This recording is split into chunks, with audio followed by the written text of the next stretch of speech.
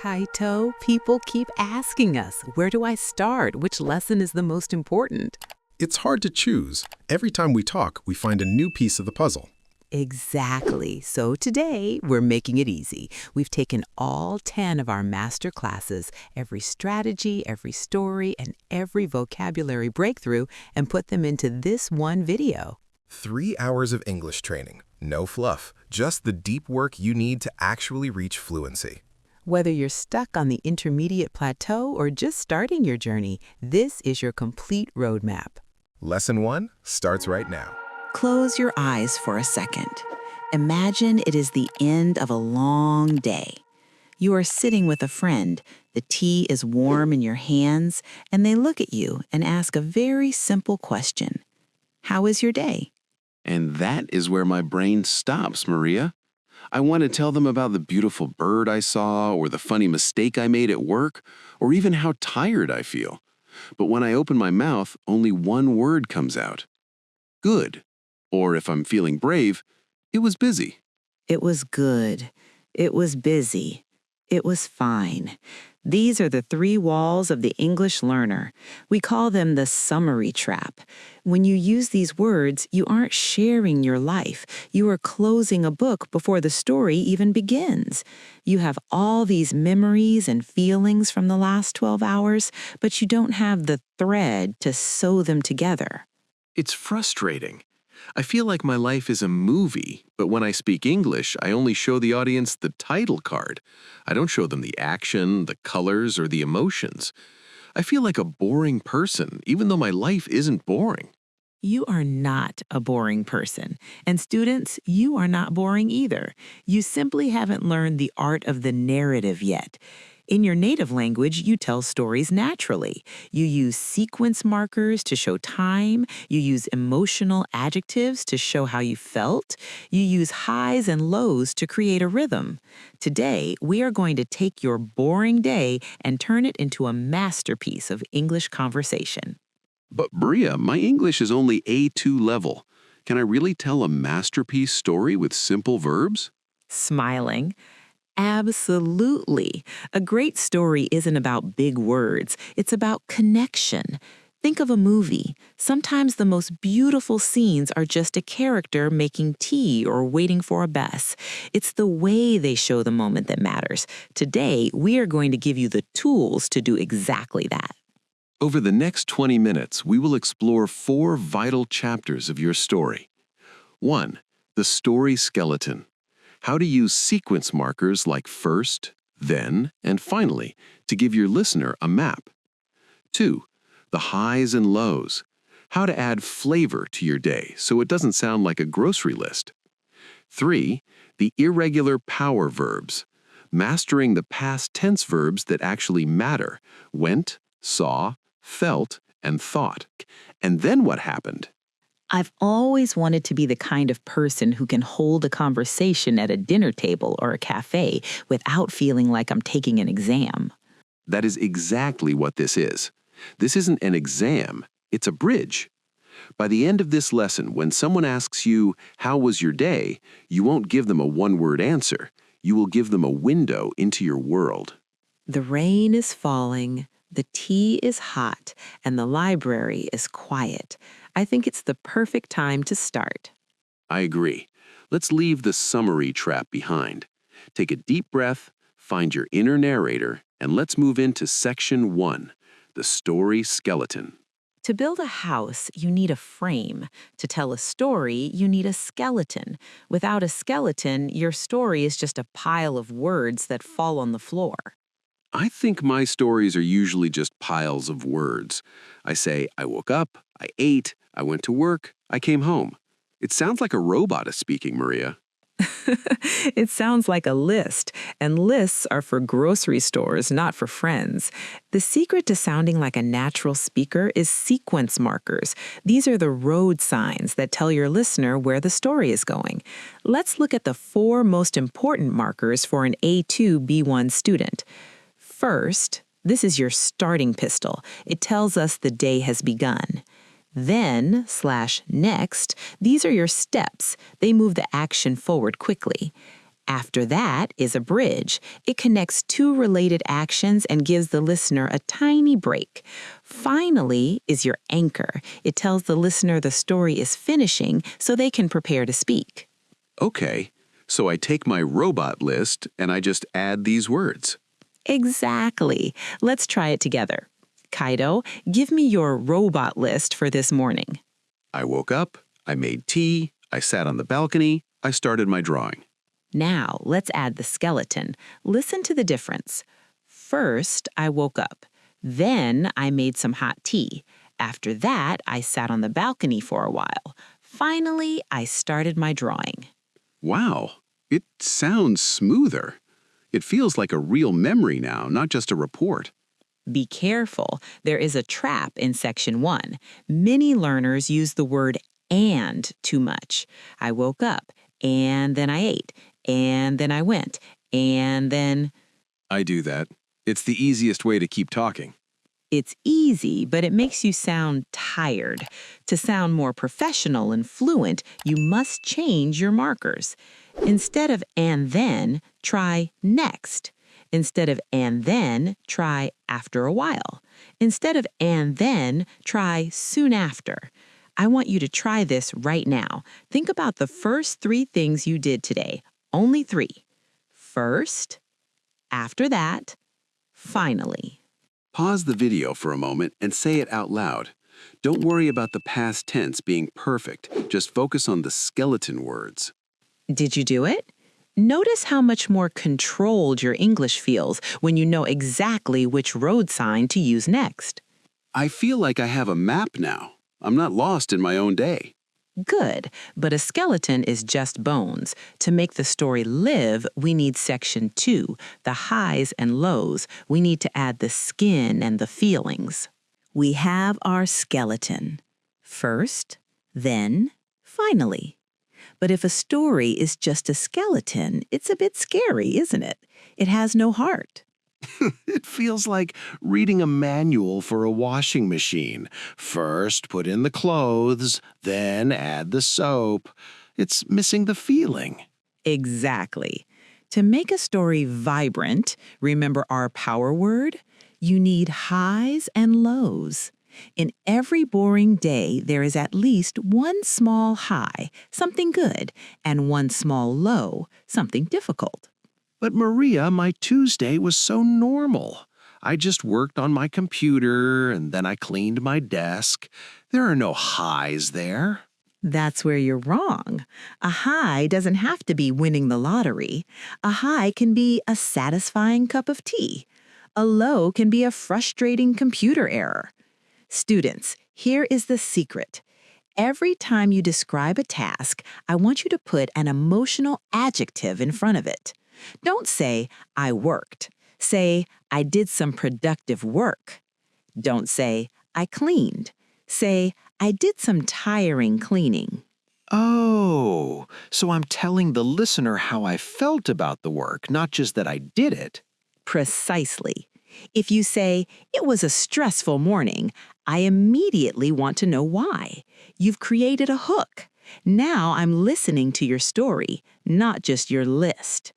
Many students try to sound perfect. They only want to talk about good things. Really? I thought people wanted to hear happy stories. People want to hear real stories. A low creates a tiny bit of drama. I went to the store, but unfortunately it was closed. Or, I tried to cook dinner, but I accidentally burnt the rice. Okay, I see.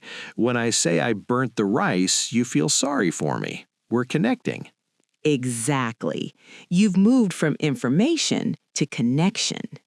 I want you to look at your day again. I want you to find one high and one low. Use these 2 signal words. 1, luckily, for your high. 2, unfortunately, for your low. Let me try. Luckily, the rain stopped for 10 minutes so I could walk. Unfortunately, I forgot my umbrella anyway.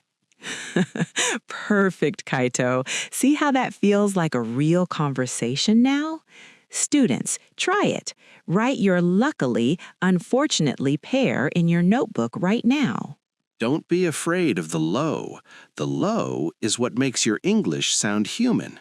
We have our skeleton, and we have our skin. But if the skeleton doesn't move correctly, the story feels broken.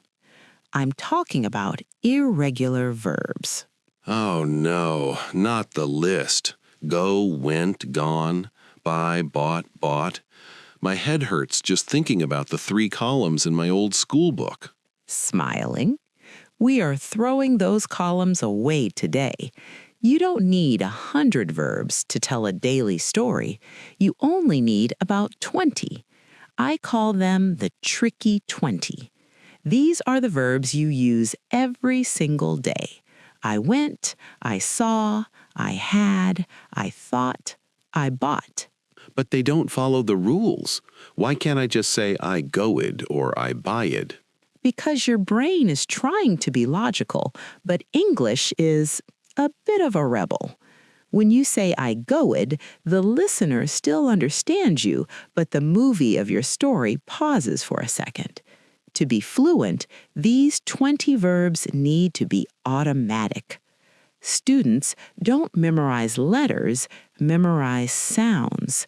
Notice how many irregular verbs follow the same music? Buy becomes bought. Think becomes thought. Catch becomes caught. Bring becomes brought. Bought, thought, caught, brought. It's like a song. There is one verb that 90% of students get wrong when telling a daily story. Do you know what it is? Is it understand? It's actually did. Students often say, I was do my homework, or I did went. In a simple story, the verb only changes once. I did my work, correct. I went to the store, correct. I did went, incorrect. Too many changes. Let's practice the tricky 20 right now. I will give you the present, you give me the past. I see. I saw. I have. I had. I think. I thought. I buy. I bought. I go. I went. I make. I made. I tell. I told. That was fast, but I noticed something. The more I say I saw or I went, the less I have to think about it. It just happens. That's the goal. You are building muscle memory. We have the bones. We have the skin. And we have the engine. Now it's time to drive. I want you to tell me about your day.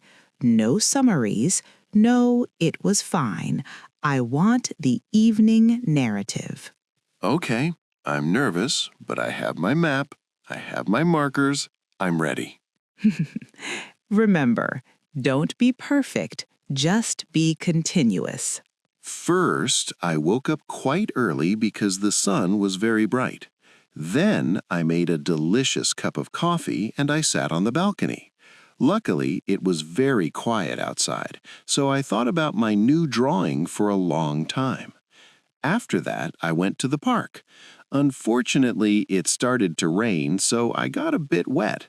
But then I saw a small cat hiding under a bench. It looked so cute.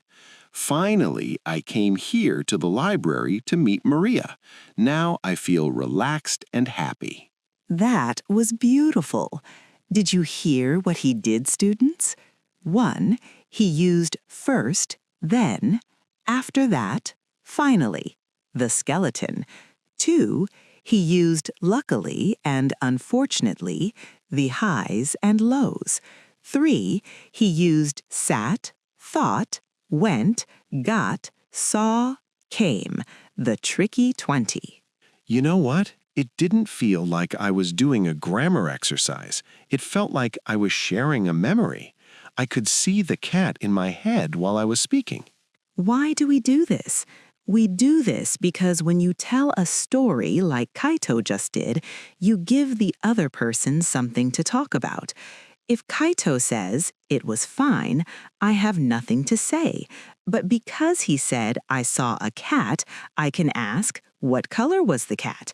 Because he said, "I got wet," I can ask, "Do you have an umbrella?" So a good story is actually a gift for the other person. Exactly. You are giving them hooks to hang their own words on. That is how a real conversation begins. We have reached the end of our evening masterclass. You now have the secret to never being boring in English again. It's not about having a crazy life. It's about how you tell the story of your normal life. Now it's your turn. I have a homework assignment for you. I want you to go to the comments of this video right now. Tell us 3 things about your Tuesday. 1. Use 1 sequence marker. 2. Use 1 luckily or unfortunately. 3. Use 2 irregular past verbs. I will be reading your stories. I want to know about your coffee, your walks, and even your unfortunately moments. Many teachers tell you to think in English, but they don't tell you how. It's scary, isn't it? It feels like jumping into a cold lake. Take a breath. Look at the steam rising from your cup. In this moment, what is your brain doing? Is it busy? Is it searching for words? Usually, when we start an English lesson, we reach for a pen and a notebook. We prepare to write down rules, to memorize lists, and to translate sentences from our mother tongue into this new language. But today, for these 40 minutes, I want you to set the notebook aside for a moment. Today, the lesson isn't happening on the paper in front of you. It is happening inside the quiet space of your own mind. I have to be honest with you, Maria, and with everyone watching. My mind doesn't feel quiet when I try to speak English. It feels like a very loud, very crowded room. When I want to say something simple, like, "The sky is beautiful," I don't just say it. First, I see the sky. Then my brain finds the words in my own language. Then I have to open a heavy dictionary in my head, find the translation, check the grammar, and only then, after all that work, can I speak. By the time the English words come out of my mouth, the bird has flown away, the light has changed, and the moment is gone. It feels like I am always running behind my own thoughts. That is exactly what we are here to change, Kaito. What you are describing is the translation bridge. It is a long, tiring path that every student walks in the beginning. You think in language A, you cross the bridge, and you arrive at language B. It works for writing a slow email, but it doesn't work for living a life. To be truly fluent, you have to burn that bridge. You have to stop visiting English like a tourist and start living in it like a local. You need to move from translating to pinging. Pinging? That sounds like a machine or a submarine. In a way, it is. Think of a sonar. A submarine sends out a sound and it hits an object and comes right back. That is how we want your brain to work. When you see a tree, I don't want you to think of the word in your mother tongue and then translate it. I want your brain to look at the green leaves and immediately, without any effort, ping the word tree. No bridge, no dictionary, just a direct connection between your eyes and your English voice. But Maria, my English voice is so small. It's like a tiny spark, while my native voice is like a huge fire. How can such a small voice take over my thoughts? By giving it space to grow 1 second at a time. We often think that thinking in English means having complex, deep conversations with ourselves about philosophy or politics. It doesn't. Not yet. It starts with the smallest, simplest things. It starts with the internal monologue of a child. It starts with looking at your morning coffee and thinking, hot. It starts with feeling the rain and thinking, wet. We're going to teach you how to feed that small spark until it becomes a steady light that stays on all day. So we aren't going to study the past perfect continuous today. Not today, Kaito. Today, we are studying the most important person in your life, you. We are going to look at your daily habits, your secret thoughts, and the way you see the world, and we're going to wrap them in English. We have 4 major milestones for this journey. First, we will master the labeling method, where we turn your eyes into English cameras. Second, we'll learn the 5-second rule to stop the translator in your head before he can speak. Third, we'll practice self-narrating, where you become the main character of your own English movie. And finally, we'll explore the circumlocution rescue, the secret of what to do when you forget a word but refuse to stop thinking in English. I'm nervous, Maria. It feels like jumping into a deep lake without knowing how to swim. Don't worry, I am right here beside you, and so are thousands of other students who feel the exact same way. We aren't jumping into a cold lake, we're stepping into a warm stream. We're going to let the English language flow around us until it feels as natural as breathing. So put down your heavy dictionaries, take one more deep breath. Let's clear away the noise and find your true English voice. Are you ready to begin Section 1? I want my brain to feel like yours, Maria. Fast, natural, like the water in the Silver River. It's possible, Kaito, but we have to stop studying English and start inhabiting it. Over the next 20 minutes, we will explore the labeling method, how to turn your eyes into English cameras, the 5-second rule to how to kill the translator before he speaks, narrating the movie, becoming the main character of your own story, and the no dictionary rescue, what to do when your brain freezes. Welcome to Section 1. This is where the transformation begins. Kaito, when you are painting, do you think about the name of the color in your head, or do you just see the color and reach for your brush? I just reach for the brush.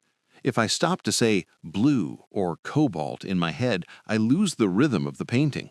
My hand just knows. Exactly. And that is how we want your English to work. We want your brain to just know. Students, the first step to thinking in English is a technique I call the labeling method. Most students think that to think in English, they need to have long, complex conversations in their heads.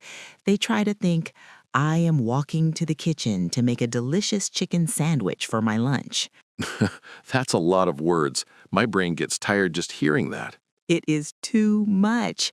If you try to think in full, perfect sentences, your brain will get frustrated and go back to your native language.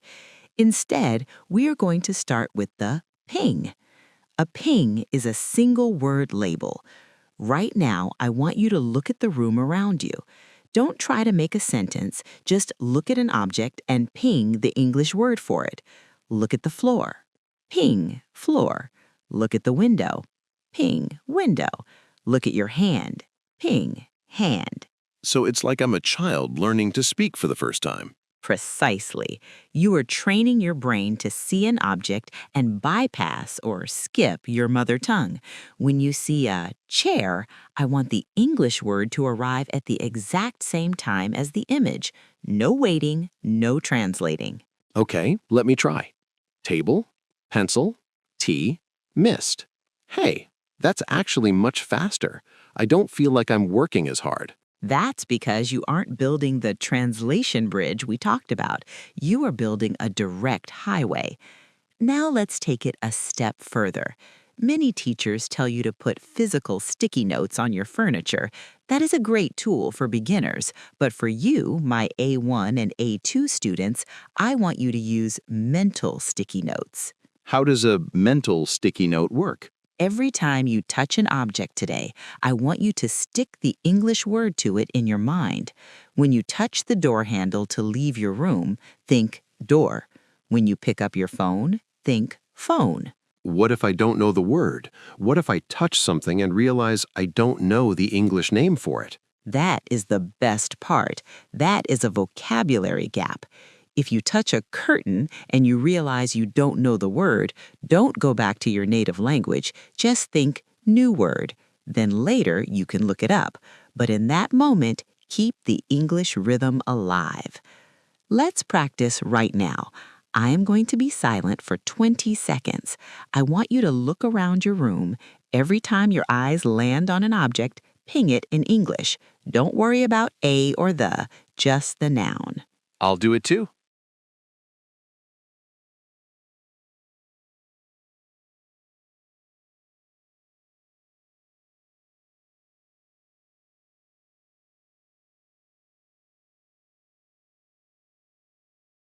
How did that feel? Was your native language trying to interrupt you? A little bit. At first, my brain said the word in my language, but by the 10th object, the English words started coming first. It felt like my brain was getting warmed up. Exactly. You are waking up your English brain. If you do this for just 5 minutes every morning, you are telling your mind that English is not a subject you study, it is the way you identify the world. I like that. It's like I'm giving my world an English skin. A perfect way to say it, Kaito. But nouns are only the beginning. To really think, we need to move. In Section 2, we're going to learn how to narrate your actions without using a dictionary. We have the nouns, the table, the window, the coffee. But a movie isn't just a collection of objects. A movie is movement. To think in English, you must become the narrator of your own film. I think I know what you mean. Like narrating a documentary? Exactly. You don't need to be a philosopher. You don't need to discuss politics. You just need to talk about what you are doing right now. Students, I want you to stop thinking in the past or future for a moment. Thinking in the past or future requires time traveling in your brain, which is hard. Stick to the right now. Use the simple present tense. It is the most powerful tool for thinking in English. I open the book. I pick up the pen. I write a line. I close my eyes. I touch the table. I lean back in my chair. I look at Maria. Perfect. That is your inner movie. And notice what is happening, Kaito. You aren't translating. You aren't asking, how do I say this in my language? You are just doing and saying. The action and the word are becoming one. But Maria, what happens when I want to narrate something, but I don't know the word? Like if I'm holding a... What is this? I don't know the word. My brain just froze. This is the most critical moment in your entire journey. When your brain freezes, you have two choices. The bridge choice, you go back to your native language, you stop the movie, you lose your fluency. The narrator choice, you describe the object using words you already know. Describe it? But it's a stapler. If you don't know stapler, how else can you describe it? Thinking hard. It is a metal machine. It puts a small silver wire through paper. Look at that. You didn't know the noun, but you described the function perfectly. That is thinking in English. You didn't stop to translate. You used the tools in your brain to build a bridge forward in English instead of going backward to your native language. I want you to try this right now. Don't worry about being correct. Just be the director of your own life. For the next 5 minutes, I want you to narrate your smallest actions. Even the boring ones? Especially the boring ones. I stand up. I walk to the door. I feel tired. If you don't know a word, don't stop. Describe the object or the feeling. I am happy. I am learning. I am narrating. Yes, when you narrate, you are forcing your internal voice to work in English. You're telling your brain, from now on, this is our language of operation. We've practiced pinging and we've practiced narrating, But now let's talk about the biggest enemy of your English brain, the 5-second rule. I know that rule. I use it when I'm procrastinating. Does it work for language too? Exactly the same way. When you want to speak, your brain has a buffer zone. You see an object, you have a thought, and then you have about 5 seconds before your brain automatically tries to find the translation in your native language. If you don't use those 5 seconds to anchor your thought in English, the translator takes over. So, if I don't speak or think the word within 5 seconds, I've already lost the battle? You haven't lost, but you've made it much harder. Your brain is lazy. It always chooses the path of least resistance. Since your native language is the easiest path, your brain will rush there to save energy. You have to beat the clock. When you have a thought, let's say you see a sunset, you have 5 seconds to do one of 3 things. 1. Ping, label the object, sunset. 2. Narrate. Describe the action. The sun goes down. 3. Connect. Use a safety word. It is orange. What if I'm not fast enough? What if I'm at 6 seconds? Then you reset. You don't get frustrated. You just say, okay, stop, start again. Sunset, orange, beautiful. You treat it like a game. The goal is to shrink that time down until you don't even notice the translator anymore. You mentioned a safety word. That sounds like a good way to stay in the English zone, even when I'm struggling. It is. A safety word is a word you know perfectly that you can use to reset your English brain.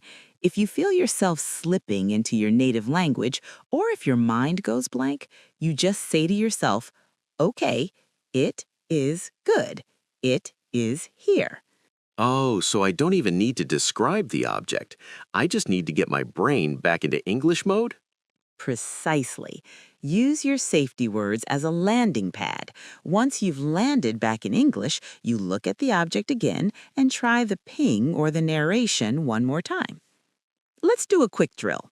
Kaito, I'm going to throw 3 words at you. You have to give me a ping or a narrative for each one in under 5 seconds. If you don't, you have to use a safety word and try again.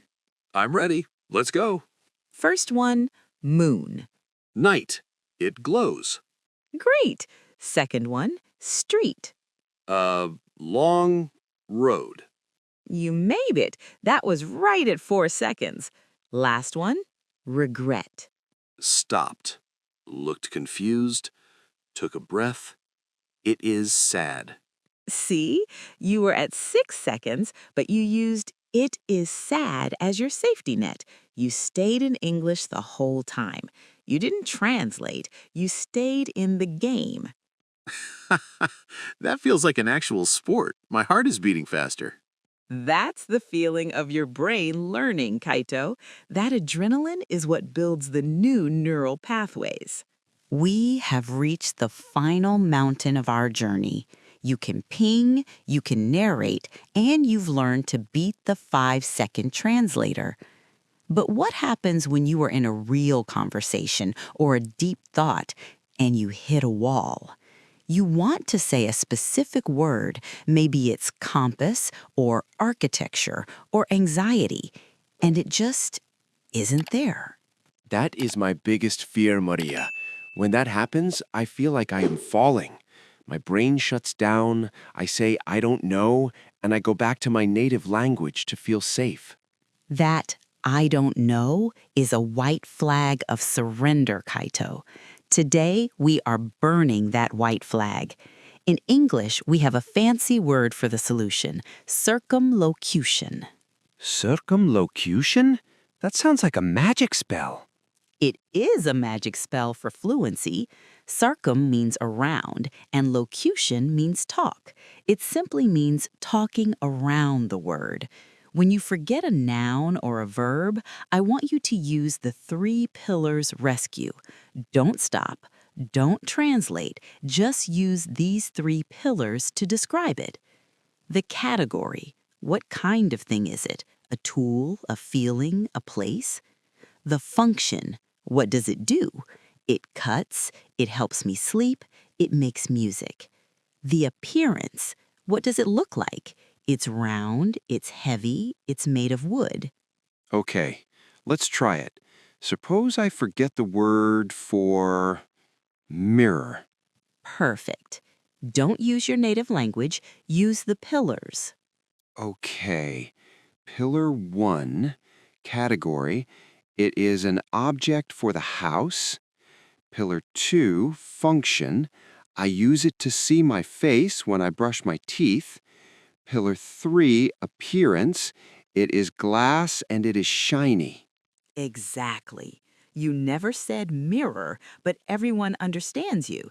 And more importantly, your brain stayed in English. You didn't break the circuit. You kept the energy flowing. Sometimes you forget the category or the function. When that happens, I want you to use the shape hack. This is for when you are truly stuck. Use the simplest physical descriptions possible. It is like a, it is the opposite of, it is the person who. Oh, like if I forget librarian, I can say the person who lives with books.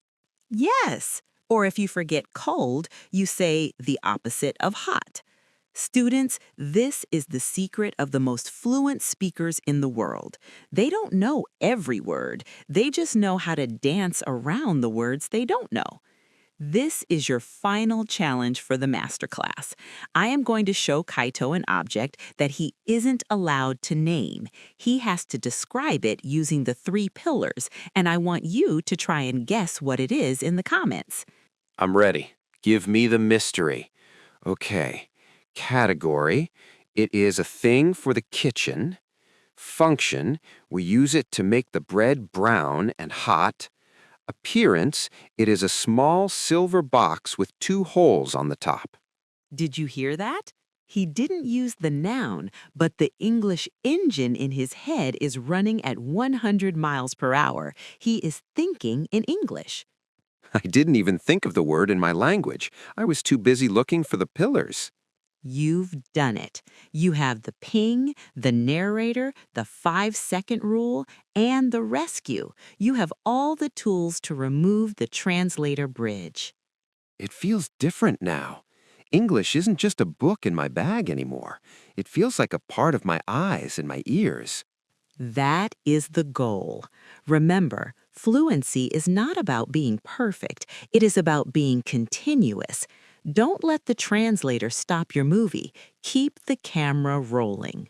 Thank you for joining us in the morning cottage today. Next, hey, welcome in. What can I get for you?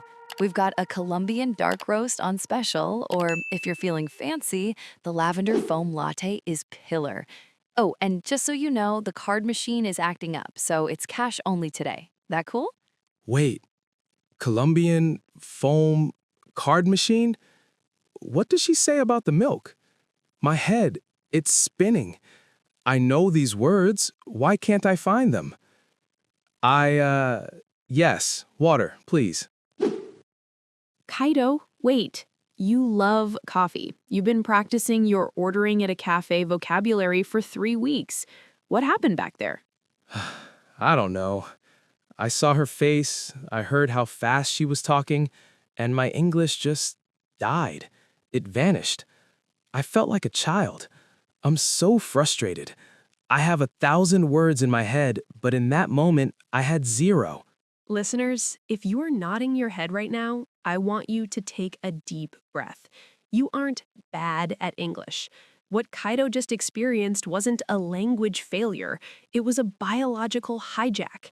Kaito, inside your brain, there is a tiny almond-shaped part called the amygdala. Its only job is to keep you alive. Millions of years ago, it looked for tigers. Today, it looks for social danger. Social danger? Like making a mistake? Exactly. When that barista spoke fast, your amygdala felt vulnerable. It sent a signal to your body. Danger. We might look stupid. We might fail. And that's why my heart started racing? Yes, your brain flooded your body with adrenaline. But here is the problem. When the amygdala is on, the frontal lobe, the part of your brain that handles logic and language, turns off. So my brain literally turned off my English to save me from a tiger. Precisely. You were in fight, flight, or freeze mode. You chose freeze. This is what we call the silence trap. Before we move to the solutions in Chapter 2, we need to build awareness. You cannot fix a problem you don't recognize. So how do I know when my amygdala is taking over? There are 3 red flags. Let's see if our listeners recognize these. 1. The physical wall. Your chest feels tight or you start sweating. 2. The vocabulary fog. You know the word is there, but it feels like it's behind a cloud. 3. The safety exit. You suddenly want to leave the conversation as fast as possible, even if you didn't get what you wanted. I had all 3. I felt like I was underwater. I want you to pause this video for 10 seconds.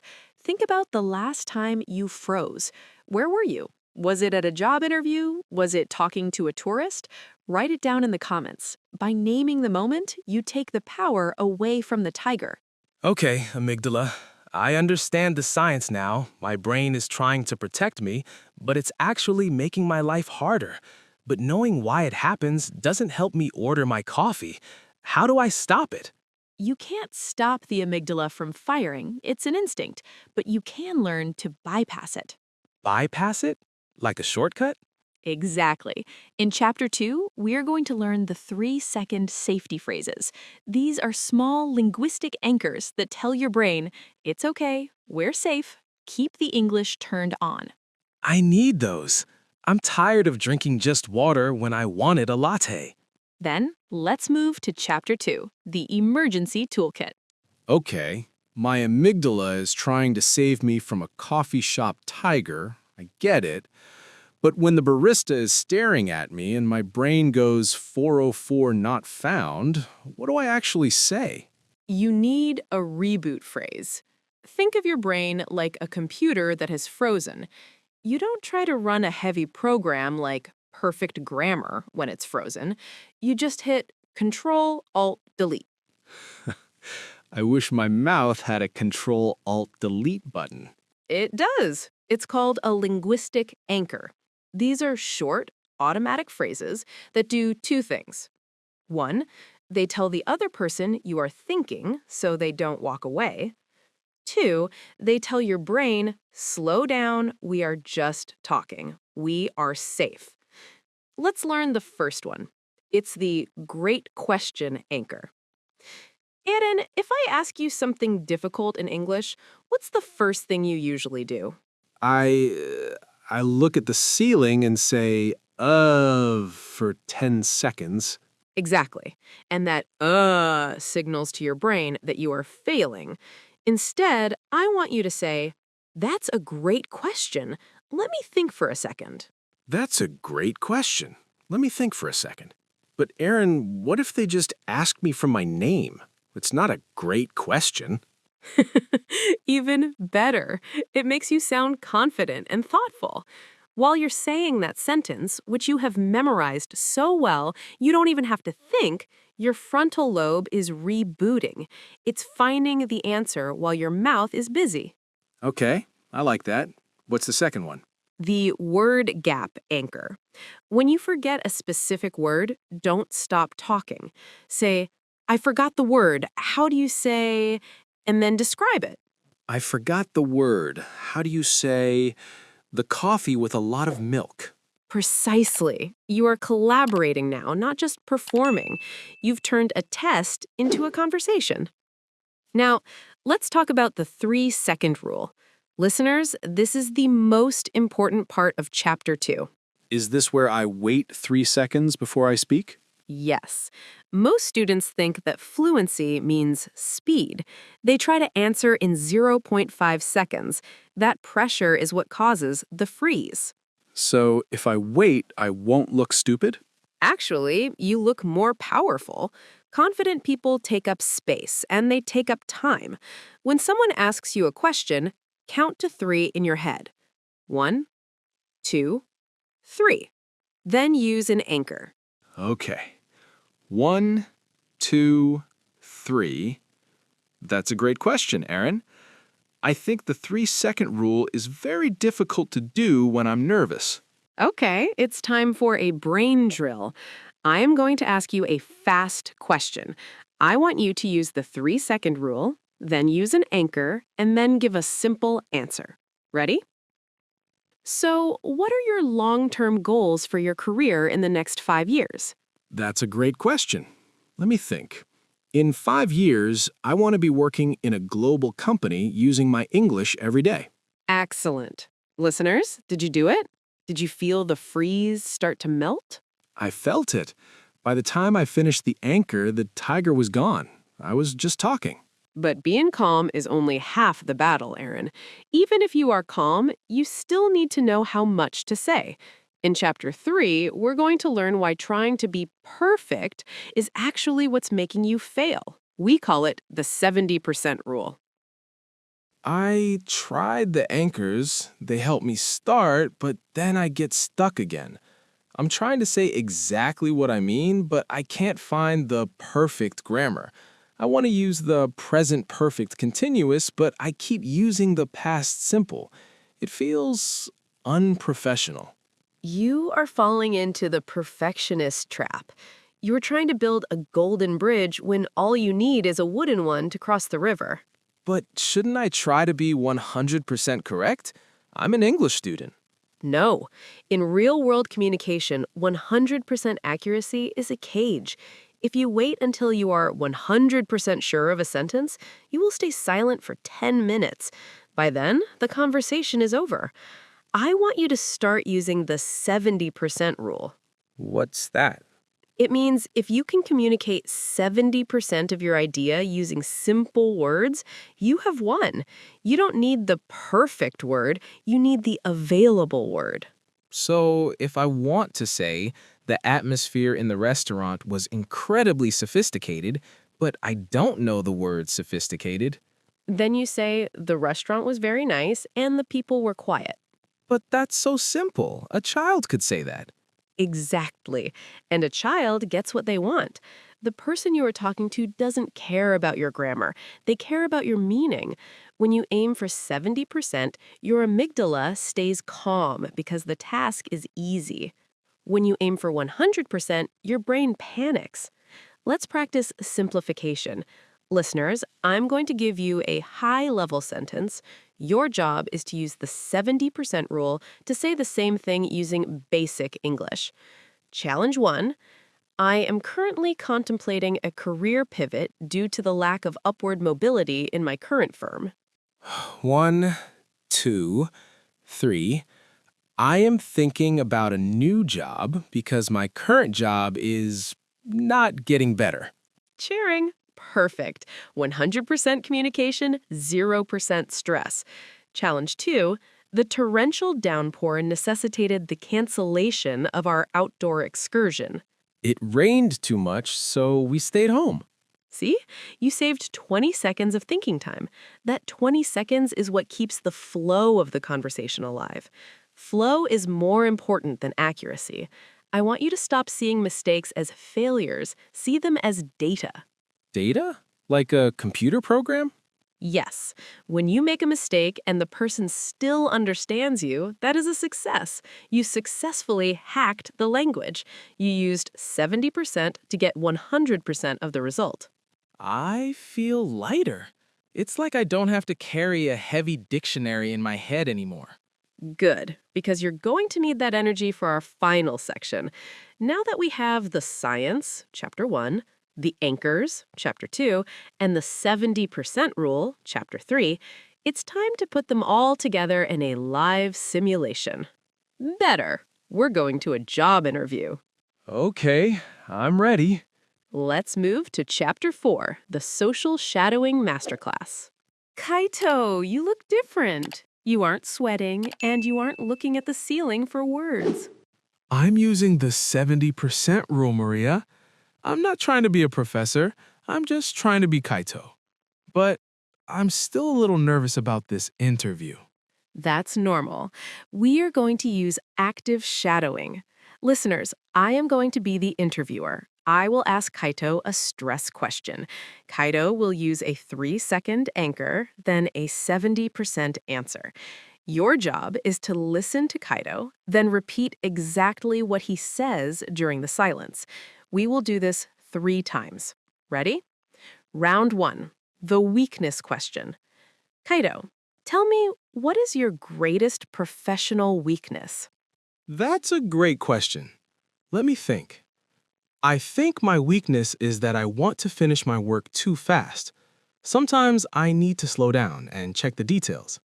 Now you repeat Kaito's answer. Go.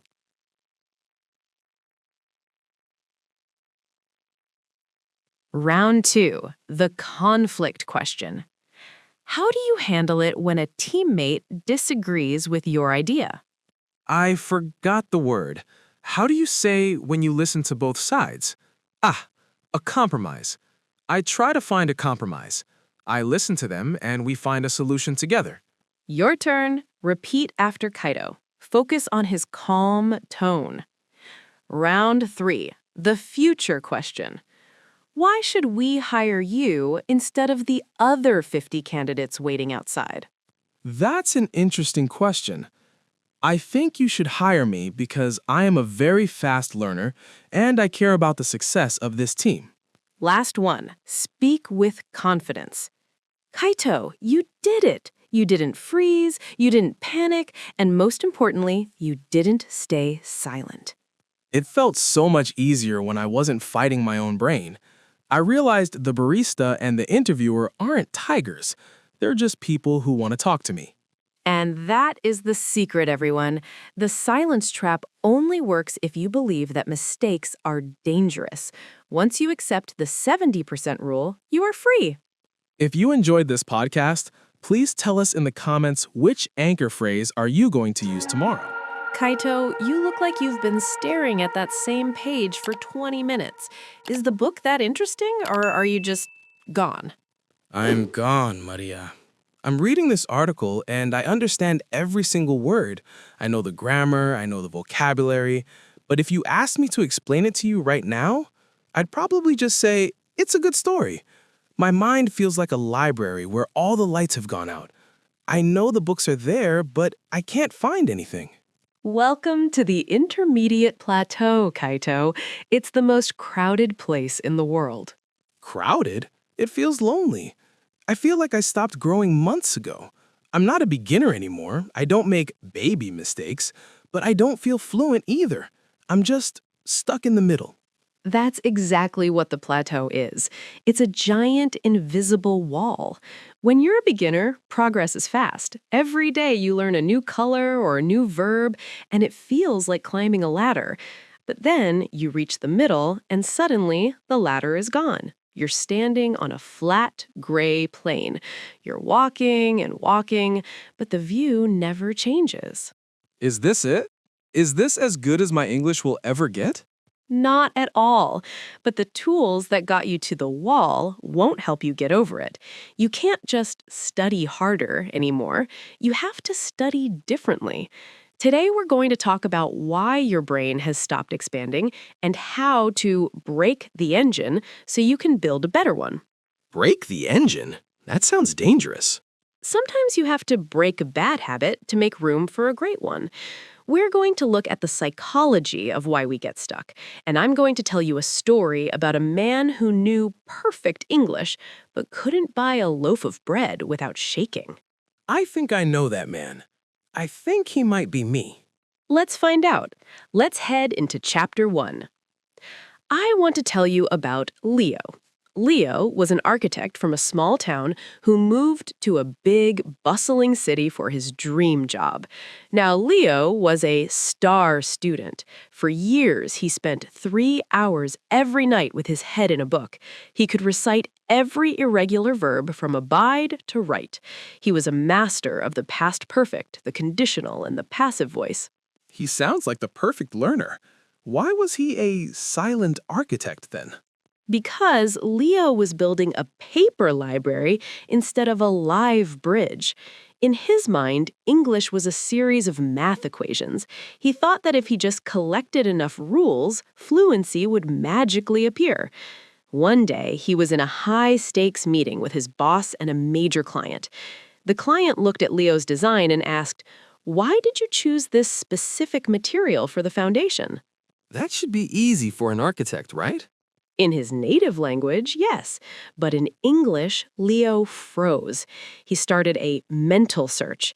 He thought, okay, I need to use because. Should I use the present perfect? Let me check the preposition. Is it material for or material of? While Leo was checking his mental grammar book, 30 seconds of silence passed. The client looked uncomfortable. His boss stepped in and answered for him. Leo didn't say a single word for the rest of the meeting. That's painful. He knew the answer, but his perfectionism locked the door. Exactly. He was knowledge-rich, but action-poor.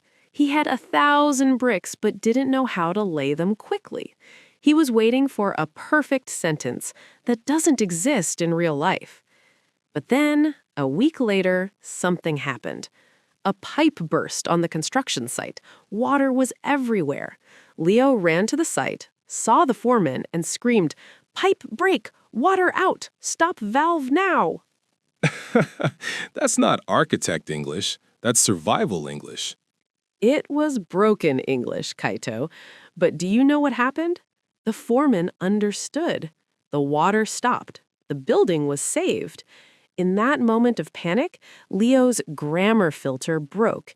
He didn't have time to be perfect, so he was forced to be fluent. He realized that communication is about the impact, not the polish. So the plateau is like Leo's office. Too organized, too quiet, and too afraid of a mess. Precisely. If you want to leave the plateau, you have to stop being an architect of sentences and start being a construction worker. You have to get your hands dirty. You have to be willing to say, "Pipe break," if it means the conversation keeps moving. I think I've been spending too much time in the office, Maria. How do I start breaking the pipe on purpose? That starts with understanding the difference between your passive library and your active toolbox. Let's look at that in Chapter 2. Kaito, why do you think Leo was able to save the building but couldn't answer a simple question in a meeting? Pressure? In the meeting, he had time to think, so he overanalyzed. At the construction site, he didn't have a choice. He had to survive. Exactly. He stopped paying the precision tax. Every time you try to be 100% correct with a complex grammar rule while speaking, you are paying a tax with your time. At the plateau, learners are precision broke. They spend so much mental energy on being right that they have nothing left for being fast. I feel that. I'm always calculating my sentences. It feels like I'm running a heavy program on an old laptop. Everything just lags. That lag is what keeps you on the plateau. To break it, you have to accept the fluency debt. This means you borrow speed by giving up a little bit of correctness. You have to be okay with using the wrong preposition if it means your sentence flows. You have to be okay with "I go" instead of "I should have gone" if it keeps the rhythm of the conversation alive. But Maria, if I keep making those small mistakes, won't they become permanent? Won't I just become a person who speaks bad English forever? No, because your passive knowledge, the library in your head, is already strong. You already know what is correct, you just can't retrieve it fast enough. By focusing on speed, you are training the delivery trucks in your brain. Once the trucks are fast, then we can start putting the high-quality furniture, the advanced grammar, back inside them. But right now, your trucks are stuck in a garage because they're afraid of a little scratch on the paint. So I need to focus on the delivery first and the decoration later. Precisely. The plateau isn't a lack of knowledge, it's a retrieval problem. You don't need more bricks, words. You need a faster crane to pick them up. If you keep choosing precision over fluency, you will stay in that office like Leo, watching the world move on without you. Okay, I'm ready to stop paying the precision tax, but I still spend a lot of time studying. I watch movies, I listen to podcasts. Why isn't that helping my crane get faster? Because you're falling for the input flood fallacy, and that's what we're tackling in Chapter 3.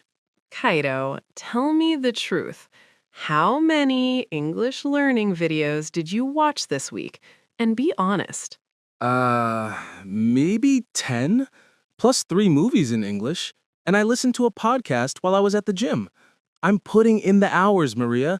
I'm flooding my brain with English. That's the problem.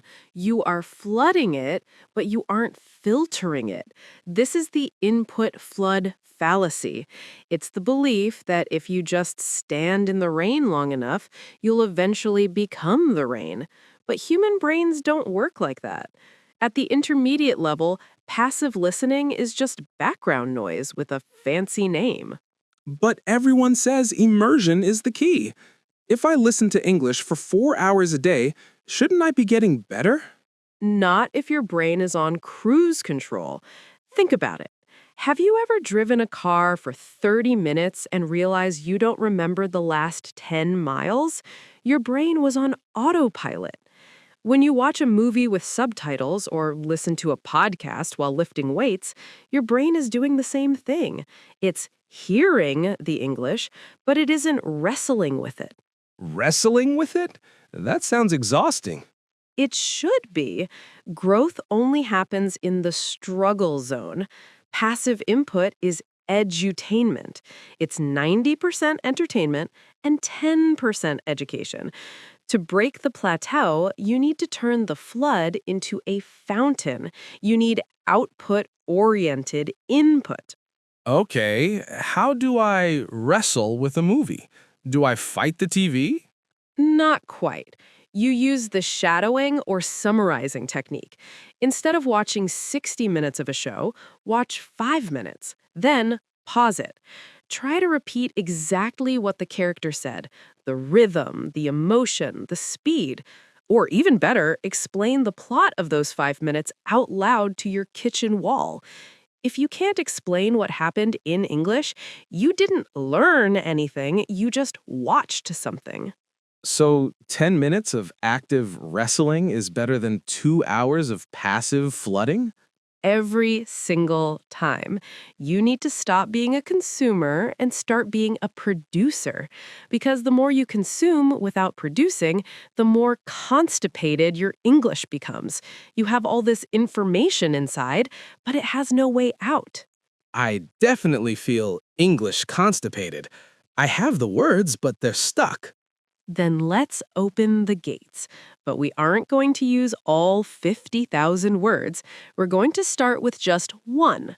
Let's talk about the 1% expression rule in Chapter 4. Kaito, when you feel stuck, it's usually because you've become safe. Use the same words every single day. You say good, bad, happy, and sad. You are living in a small circle of comfort, and the walls of that circle are your plateau. I know. I want to use big, beautiful words, but when I start talking, my brain just gives me the easy ones. It's like my vocabulary is a giant mansion, but I only live in the kitchen. That's because you're trying to move into the whole mansion at once. You can't. You need the 1% expression rule. Instead of trying to learn a list of 50 words today, I want you to pick one. Just one power word or a specific phrase that you don't usually use. One word? That doesn't feel like enough to become fluent. It's not about knowing the word, it's about owning it. This is the difference between recognition and domination. Most learners have a massive recognition vocabulary. They see a word and think, oh, I know that. But they never use it. To break the plateau, you must force that word into your active toolbox. So, how do I dominate a word? You use it in a stress test. Let's say your word for today is fundamental.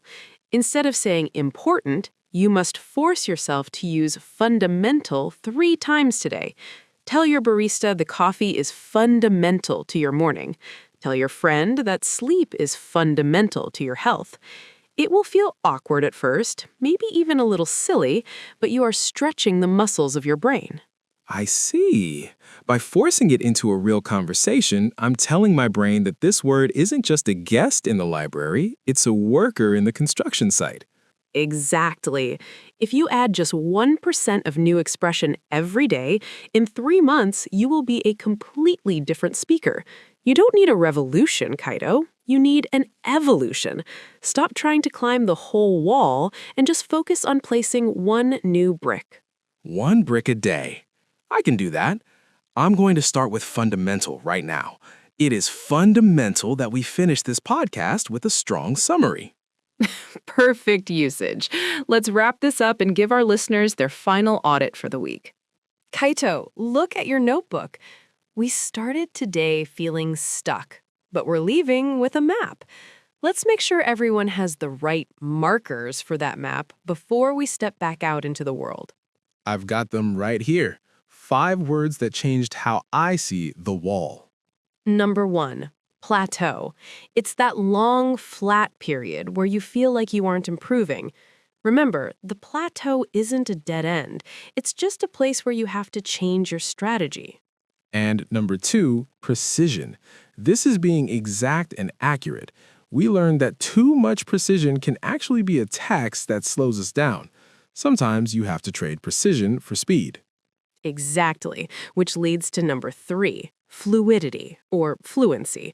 This is the ability to speak smoothly and easily without constant lag or stopping. Like Leo at the construction site. He wasn't perfect, but he had fluidity. Number 4 is a big one, fundamental. It means something that is the most important or basic part of a system. Like we said, it is fundamental to move words from your recognition list to your active list. And the last one, my favorite, dominate. To have power or control over something.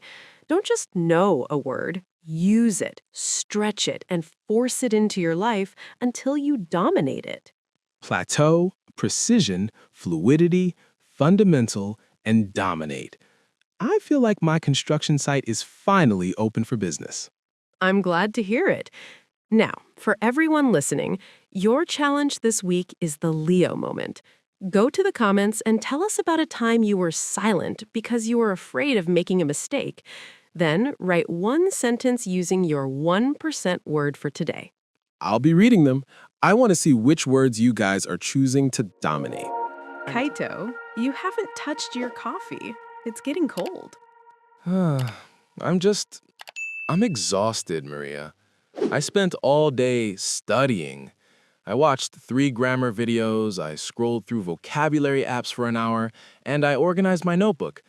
But if you asked me to explain what I learned, I couldn't tell you a single thing. It sounds like you've been busy, but you haven't been productive. There's a big difference. I feel like I'm wasting my life, Maria.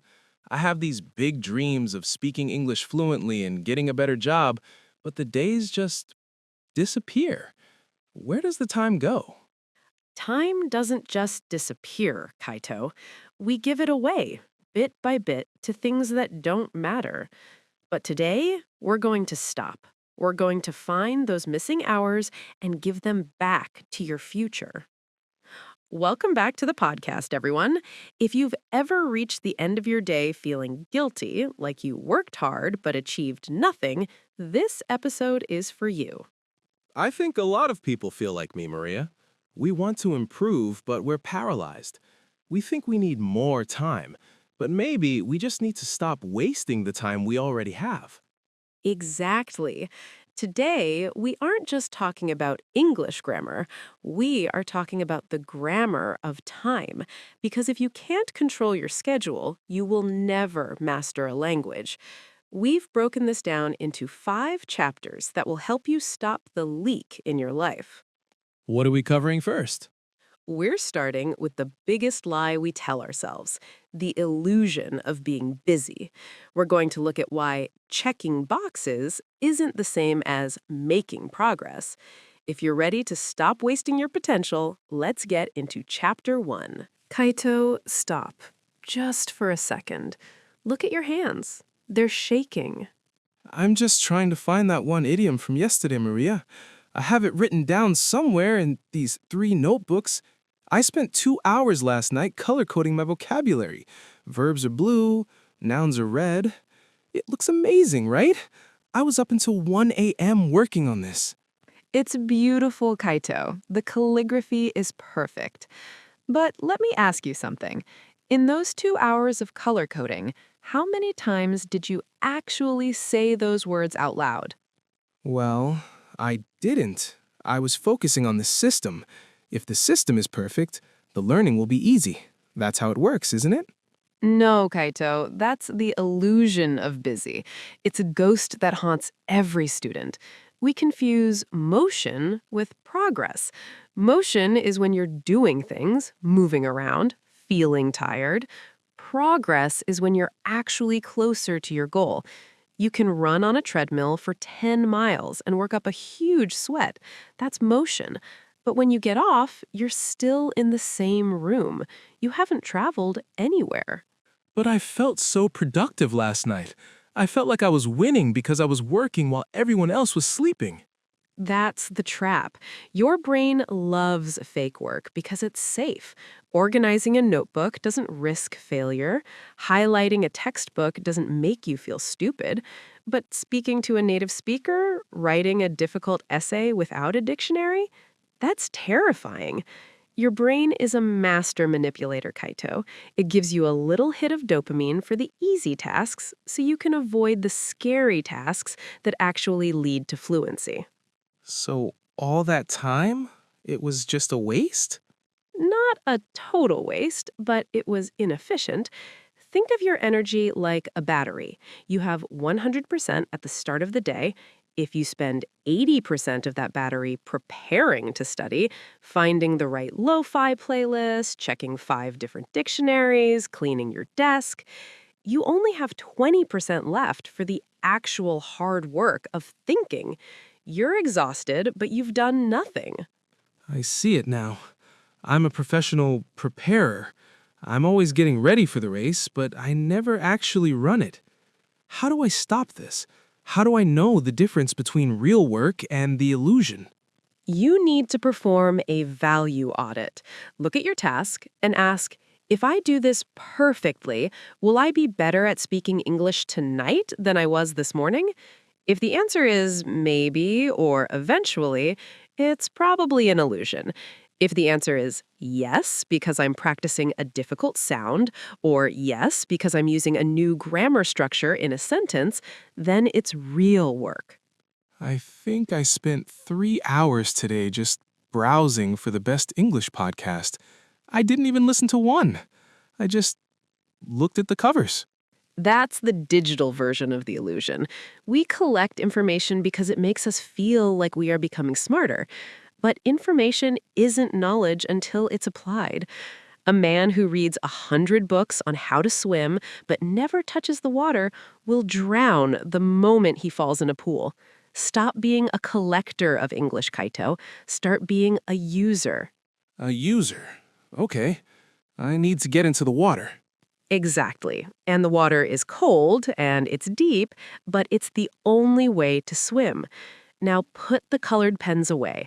Let's talk about how to spend your energy on the 20% of things that actually matter in Chapter 2. Now that we've stopped running on the treadmill, Kaito, we need to choose direction. But you can't go everywhere at once. You have to use the 80-20 rule, or the Pareto principle. I've heard of that in business class. 80% of the results come from 20% of the effort. But English isn't a business, Maria. It's a language. Every word matters, doesn't it? That is the biggest lie in education. In English, there are over 170,000 words in use. Do you know how many an average native speaker uses in daily conversation? About 3,000. That means 98% of the dictionary is noise for a learner at your level. Wait, so when I spent all morning learning the names of 50 different types of birds, that was the noise? Exactly. Unless you are an ornithologist, you just wasted 20% of your brain's daily energy on words you will never say. You're focusing on the 80% of the language that gives you only 20% of the results. We need to flip that. So, what is the magic 20% for me? If I want to stop freezing and start talking, where do I put my energy? It's simpler than you think, but harder than you want it to be. The 20% consists of three things: high-frequency structures, functional vocabulary, and active output. 1. High-frequency structures. Stop studying the future perfect continuous. Focus on mastering the present simple and past simple so perfectly that you don't have to think about them. 2. Functional vocabulary. Learn connectors, words like however, actually, basically, therefore. These are the glue of a conversation. 3. Active output. Instead of reading for an hour, read for 10 minutes and speak about what you read for 50 minutes. But it feels so small.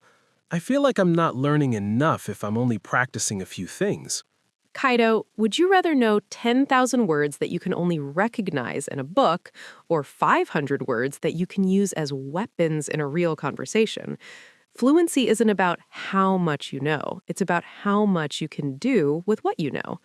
Most students are knowledge-rich, but communication-poor.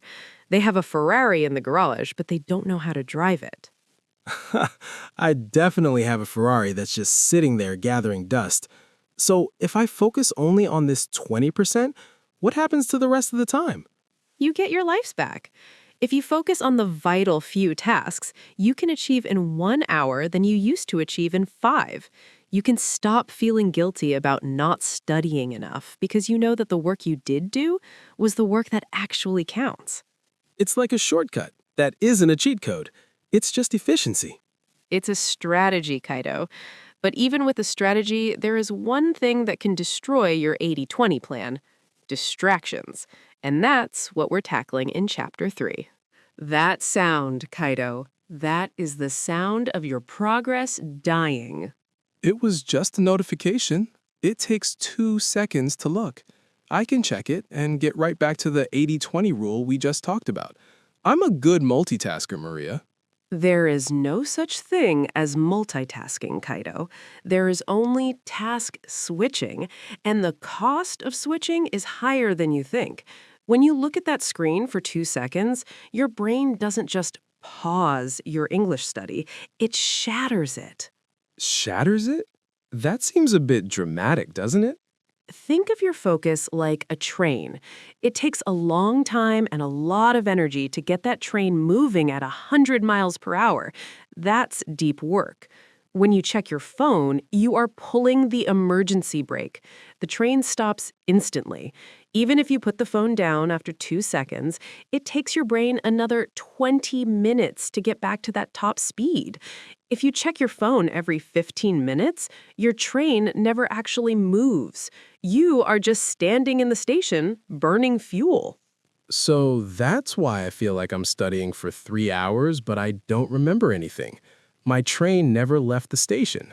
Exactly. You are living in shallow work. To master English, you need a sanctuary, a place and a time where the world cannot reach you. No phone, no internet tabs open that aren't related to your task, no music with lyrics that distract your language center. But what if someone needs me? What if I miss something important? Kaito, the world will survive without you for 60 minutes, but your dreams might not survive if you never give them your full attention. Deep work is where the magic happens. It's where your brain finally starts to connect the dots and move words from your short-term memory into your long-term soul. 1 hour of deep work is worth 5 hours of distracted study. Okay. Tomorrow, the phone stays in the kitchen. I'll stay in the bedroom, just me and the language. That's a start.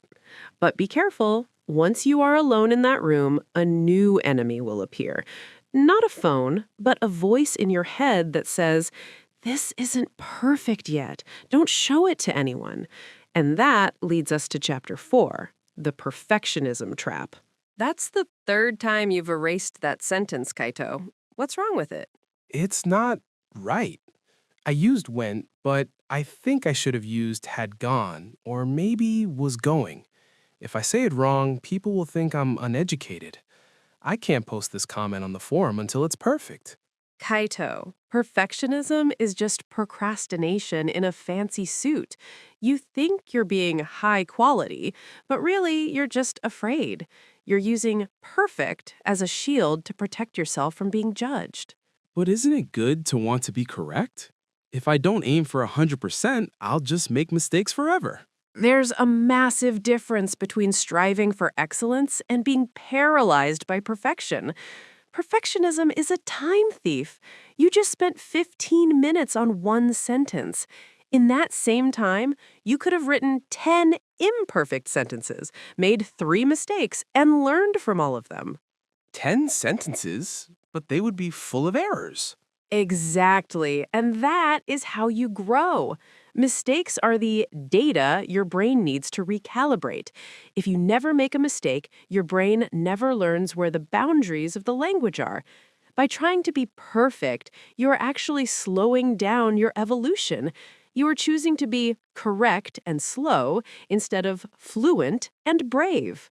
Fluent and brave. I like that. But it's hard to let go of the fear of looking stupid. Here is the secret, Kaito. No one cares as much as you do. When you speak, people are listening for your meaning, not your prepositions. If you spend all your time worrying about the perfect word, you lose the rhythm of the conversation. You become a burden to the listener because they are waiting for you to finish a thought that should have taken 2 seconds. So, what should I aim for instead of 100%? Aim for 70%. If you get 70% of the grammar right, but you communicate your idea with energy and speed, you've won. That extra 30% of perfection takes 90% of your time. It's a bad trade. Give yourself permission to be messy. Success in English is a mountain of mistakes, not a straight line of perfection.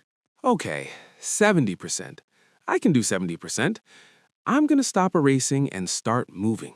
Good, because once you stop worrying about being perfect, you realize how much time you finally have to actually live in the language. Which brings us to our final step, the audit. We've traveled a long way today, Kaito. From the illusion of busy to the sanctuary of deep work. But knowledge without a plan is just more busyness. It's time for the audit. An audit sounds like something an accountant does. Am I counting my words? No, you're counting your life. For the next 24 hours, I want you to be a scientist of your own time. Every single thing you do, scrolling for 5 minutes, making tea, staring at a grammar rule, write it down. No judgment, just data. I'm a little afraid of what I'll see. I think I'll realize I spend more time thinking about English than actually using it.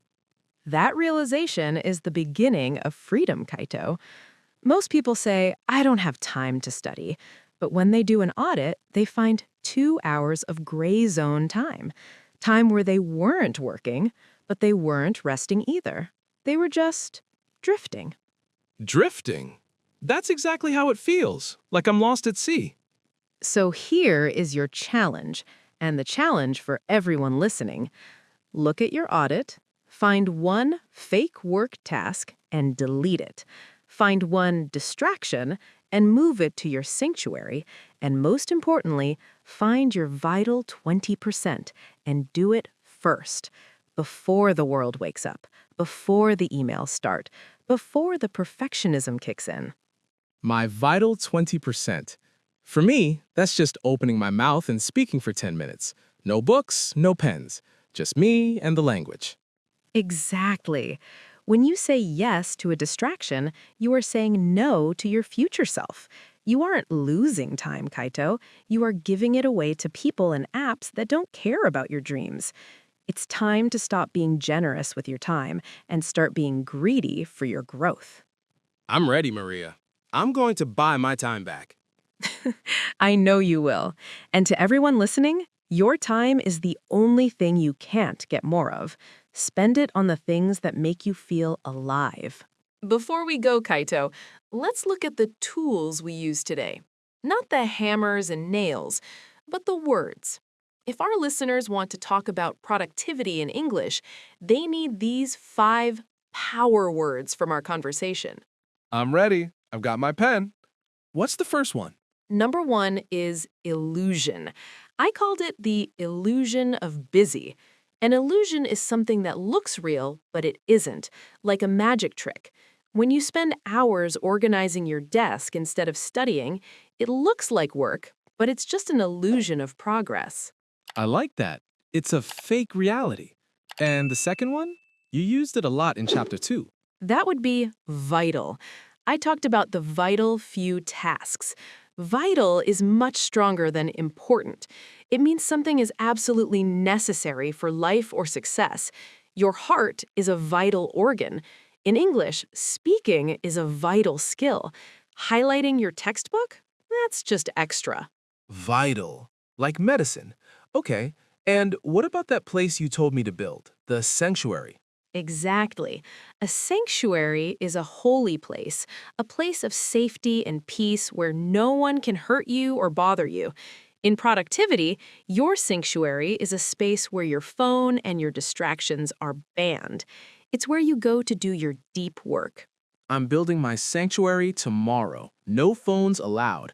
Now, what about that word you used when I was erasing my mistakes? You called it a shield. A shield.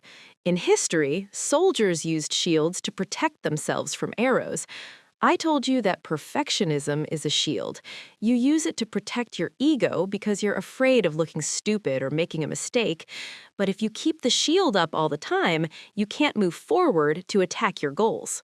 That's deep. I'm putting the shield down. And the last one, the word for the whole lesson today, The audit. An audit is an official inspection or a deep checkup. Usually, an accountant audits a company's money to see where it's going. But a time audit is when you inspect your own day to see where your minutes are leaking out. You can't fix what you don't measure, Kaito. illusion, vital, sanctuary, shield, and audit. 5 words to buy back my life. 5 words to change your story. Close your eyes for a second.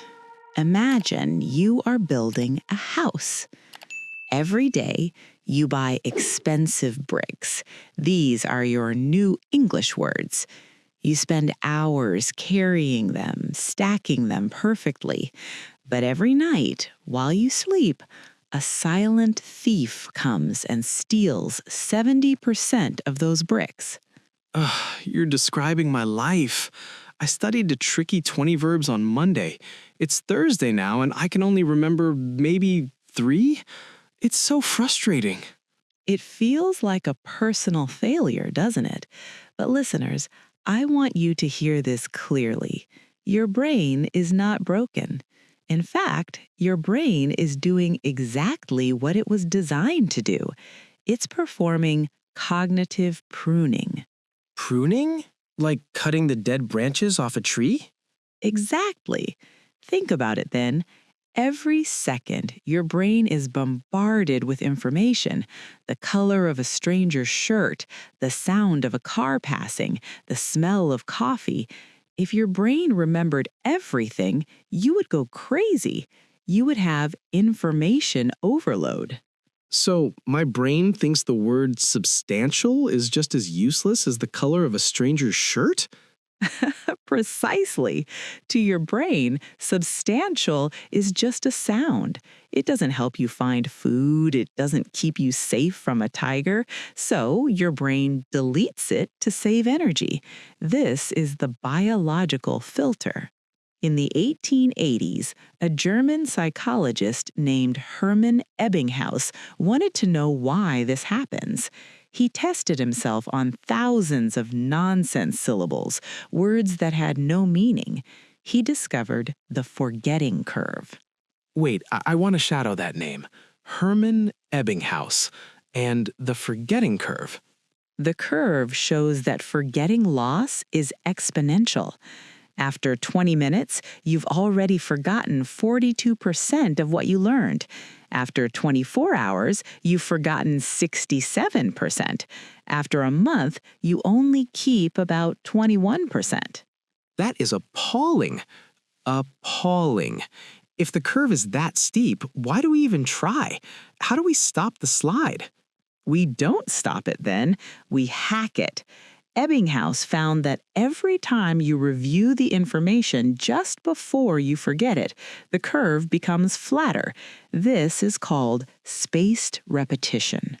Okay, listeners, let's look at the screen. Ben just used some high-level words. Let's do a quick check. 1. Exponential, adjective, becoming faster and faster. Our forgetting is exponential. 2. Appalling, adjective, very bad or shocking. The 70% loss is appalling. 3. Pruning, noun or verb, to cut away the parts that are not needed. 4.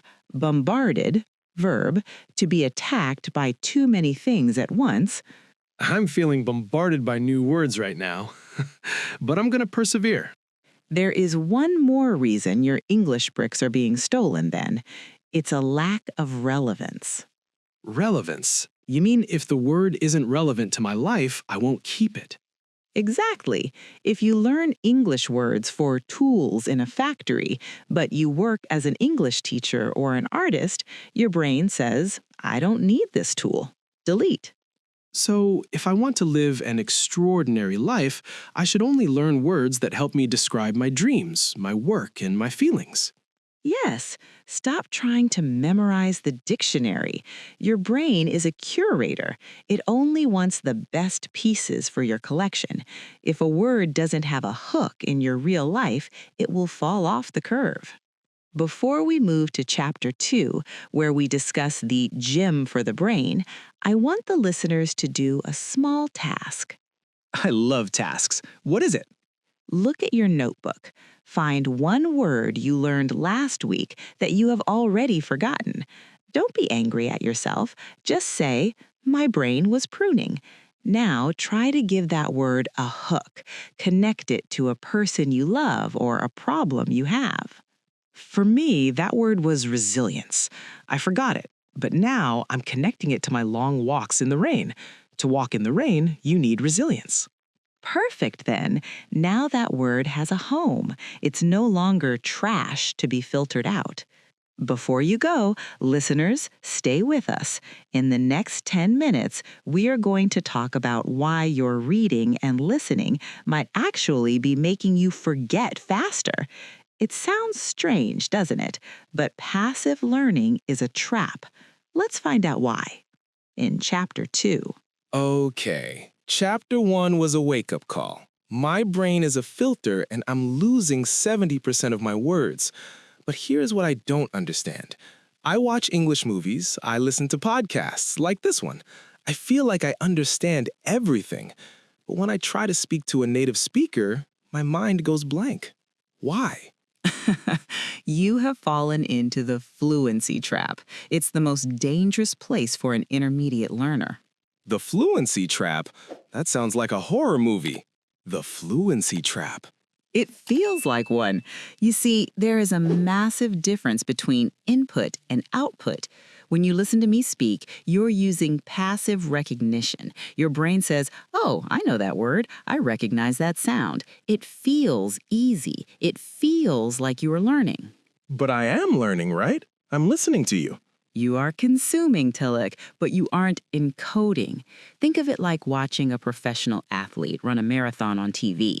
You can see how they move, you understand the technique, but does that mean you can run 42 kilometers? No way. I'd collapse after 1 kilometer. Exactly. Speaking is a physical and mental performance. If you only practice listening, you're only training your ears. You aren't training the muscles of your brain that find and retrieve words. Scientists call this recognition versus recall. Recognition is seeing a face and knowing you've met them before.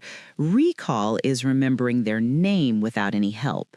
So when I'm in a conversation, I need recall. But when I'm watching Netflix, I'm only using recognition. Precisely. If you want to live an extraordinary life, you cannot be a passive observer. You must be an active creator. Most students spend 90% of their time on input, reading or listening, and only 10% on output, speaking or writing. To break the B1 plateau, you must flip that. Let's pause. My brain needs to encode these new words. Listeners, look at the highlight. Encoding, verb, the process of changing information into a form that can be stored in the memory. Retrieve, verb, to find and bring something back, retrieving a word from your brain. Plateau, noun, a period where you stay at the same level and don't seem to improve. Hindsight, noun, understanding a situation only after it has happened. Plateau. That's exactly where I am. I'm stuck on the English plateau. So, how do we climb off the plateau? We use a concept called desirable difficulty. Desirable difficulty? You want it to be hard? Yes. If learning feels easy, you're probably forgetting. If learning feels hard and a little bit uncomfortable, that is when the encoding is happening. So when I struggle to remember a word for 5 seconds before looking it up, that struggle is actually good. It's the best thing for you. That 5-second struggle sends a signal to your brain, hey, this word is hard to find, but we need it. Build a stronger bridge to this memory. That bridge is a neural pathway. Here is a challenge for the listeners. After this chapter ends, don't just start chapter 3 immediately. What should they do? Stop the video, grab a piece of paper, or just speak out loud, and try to summarize what I just said for 60 seconds. Do not look at your notes. That sounds difficult. It's desirable difficulty to look. If you can explain passive versus active in your own words, you have officially retrieved the information. You have moved it from short-term recognition to long-term recall. I'm going to try it too. I'm going to stop being complacent with my listening. Good, because in chapter 3, we're going to talk about emotion. Did you know that your brain remembers angry words better than boring words? Really? I want to hear about that. See you in 10 minutes, listeners. Let me ask you a question. Do you remember what you ate for lunch exactly 3 weeks ago on Tuesday? Of course not. That's impossible. Okay, but do you remember the first time you fell off your bicycle as a child, or the first time you felt truly embarrassed in front of your classmates? Yes. I remember the smell of the grass, the sound of the kids laughing. I can even feel the sting on my knee. Why is that so clear, but my lunch from 3 weeks ago is gone? Because your brain is an emotional filter. It doesn't care about data. It cares about survival and significance. To your brain, lunch is just fuel. But falling off a bike, that was a threat. That was an emotion. So, if I want to remember English, I need to make it scary? Not necessarily scary, but it must be visceral. Visceral. It means feeling it in your body, not just your head. Most students learn English in a sterile way, like a cold laboratory. They study lists of words that mean nothing to them. So when I study the word anxious, I shouldn't just look at the translation. I should think about how my heart beats fast before a presentation. Exactly. You need to anchor the word to an existing emotion. This is called self-reference encoding. If you link a new word to a personal memory, the brain says, oh, this belongs to me. I should keep this. But sometimes the emotion is bad. Sometimes I feel inadequate because I forget words. I feel like I'm failing. This is where you must use the 10-year test. When you make a mistake or forget a word, ask yourself, will this mistake matter in 10 years? Well, no. In 10 years, I probably won't even remember this specific conversation. Exactly. When you lower the affective filter, which is the stress and anxiety that blocks your brain, you actually learn faster. Stress is the wall that stops words from entering your long-term memory. So, if I stay relaxed and cozy in this library, my brain is more open? Precisely. An extraordinary life isn't about being perfect, it's about being resilient. Let's look at our list. These words are about the inner world. 1. Visceral. Adjective, relating to deep inward feelings rather than to the intellect. 2. Inadequate. Adjective, feeling not good enough or lacking the ability for a task. 3. Affective filter. Noun phrase, an invisible psychological brick wall that stops learning when you are stressed. 4. Anchor, verb, to fix something firmly in place, anchoring a word to a memory. I'm going to anchor the word inadequate to my past and leave it there. I don't need it anymore. There's one more hook for memory, narrative. Our brains are evolved to remember stories, not lists. Is that why we have Lin Lin and Gemini instead of just a teacher talking? Yes, when you hear us talking, you aren't just studying, you are experiencing a context. If you want to remember a word, don't just write a definition, write a micro story. Example, don't just write reluctant equals unwilling, write I was reluctant to go to the party, but I'm glad I went because I met my best friend. That's much better. The word reluctant now has a face. Listeners, here is your task for this chapter. Take one power word from stay, maybe visceral or inadequate. What should they do with it? Think of a moment in your life where you felt that way. Don't write it down yet. Just close your eyes and feel that moment for 10 seconds while saying the word in your head. Closing my eyes. Visceral. I'm thinking of the cold wind on my face when I reached the top of a mountain. Perfect. You just built a neural bridge between that mountain and that English word. Listeners, don't go anywhere. In the final 10 minutes, we're going to do the shadowing masterclass. We're going to put all these words into our mouths and make them stick forever. It's time to move from the mind to the muscles. You made it. And to our listeners, if you are still hearing my voice after 30 minutes, you have more stamina than 99% of people.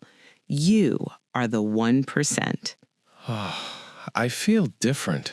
I understand the forgetting curve. I know about active recall, and I've anchored my emotions. But my mouth still feels heavy when I try to speak. That's because speaking is a motor skill. It's like playing the piano or typing on a keyboard. You can't just think about it. You have to do it. This is where shadowing becomes your secret weapon. Shadowing. Like a shadow following a person? Exactly.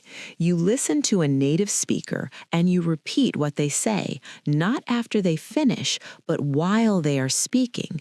You are literally programming your brain to move your tongue and lips in English patterns. It sounds like a workout. It is. It improves your prosody. Shadowing, prosody. That's the rhythm, the stress, and the music of the language. Listeners, we are going to do this together right now. There are 3 levels. Level 1, the mumble. Just make the sounds. Don't worry about the words. Just match the hum of my voice. Level 2, the copycat. Try to say the words exactly as I say them. Level 3, the actor. Don't just say the words, feel the emotion. If I sound happy, you sound happy. I'm ready. Let's do a level 3 actor session. Okay, I will say a sentence slowly, then Ishi will shadow me. Listeners, you shadow both of us.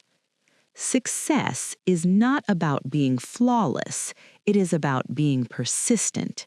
Success is not about being flawless. It is about being persistent. When I feel inadequate, I choose to focus on my growth instead of my mistakes. When I feel inadequate, I choose to focus on my growth instead of my mistakes.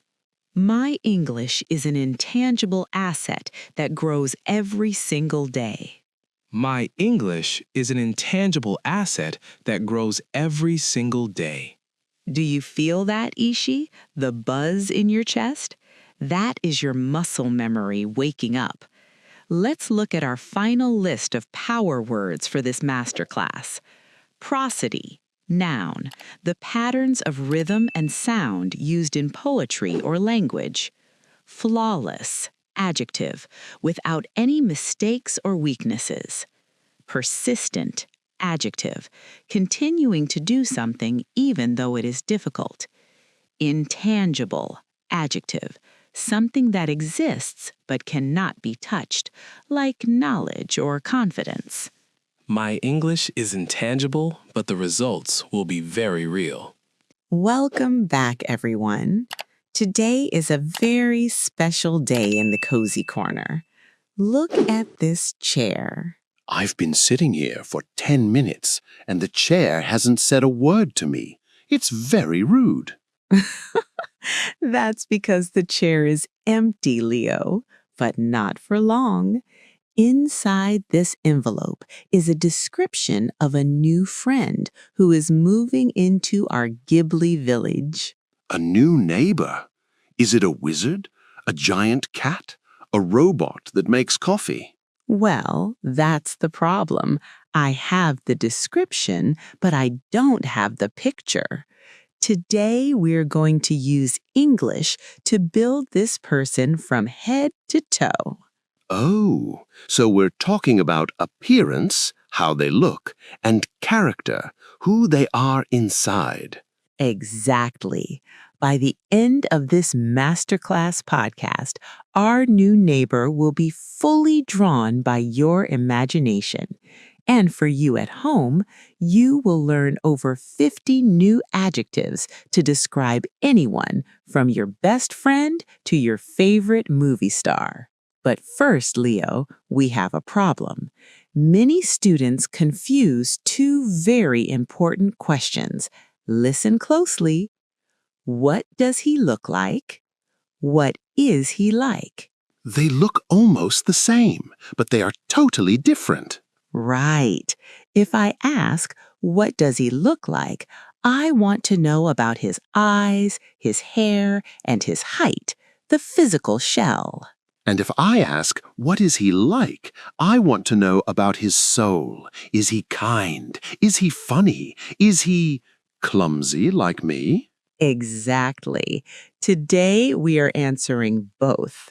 Okay, let's start. I hope he's tall and handsome with hair like a golden lion. Wait, Leo, you can't just choose. We have to follow the mystery description. If we get the English wrong, our new neighbor might end up looking very strange. Like that time you tried to describe a slender deer and I drew a skinny stick man. Exactly.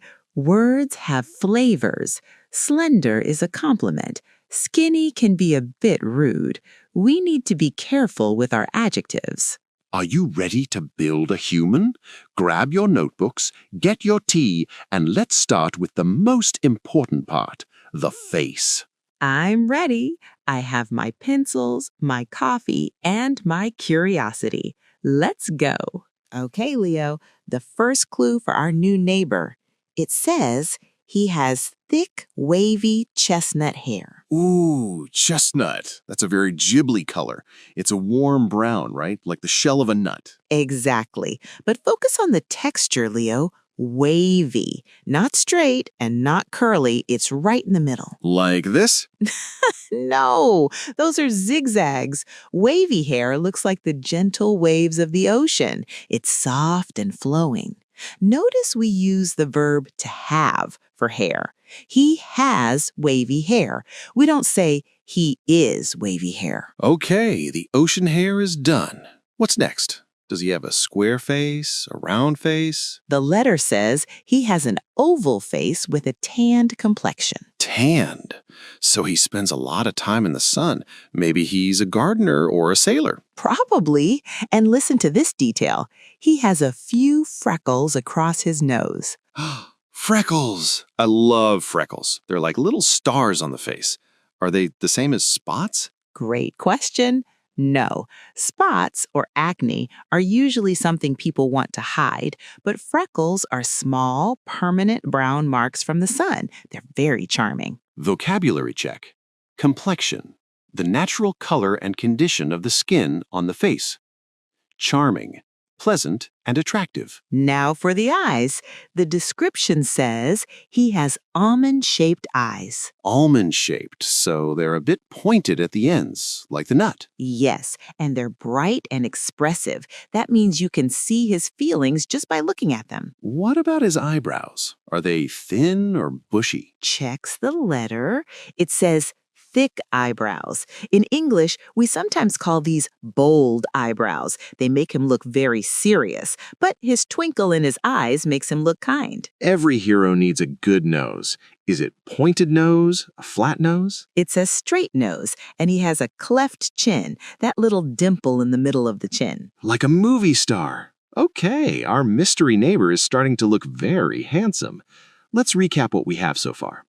Wavy hair, ocean-like, chestnut, warm brown, oval face, egg-shaped, tanned, sun-kissed, freckles, sun stars, almond-shaped eyes, pointed. Okay, Leo, let's look at the mouth.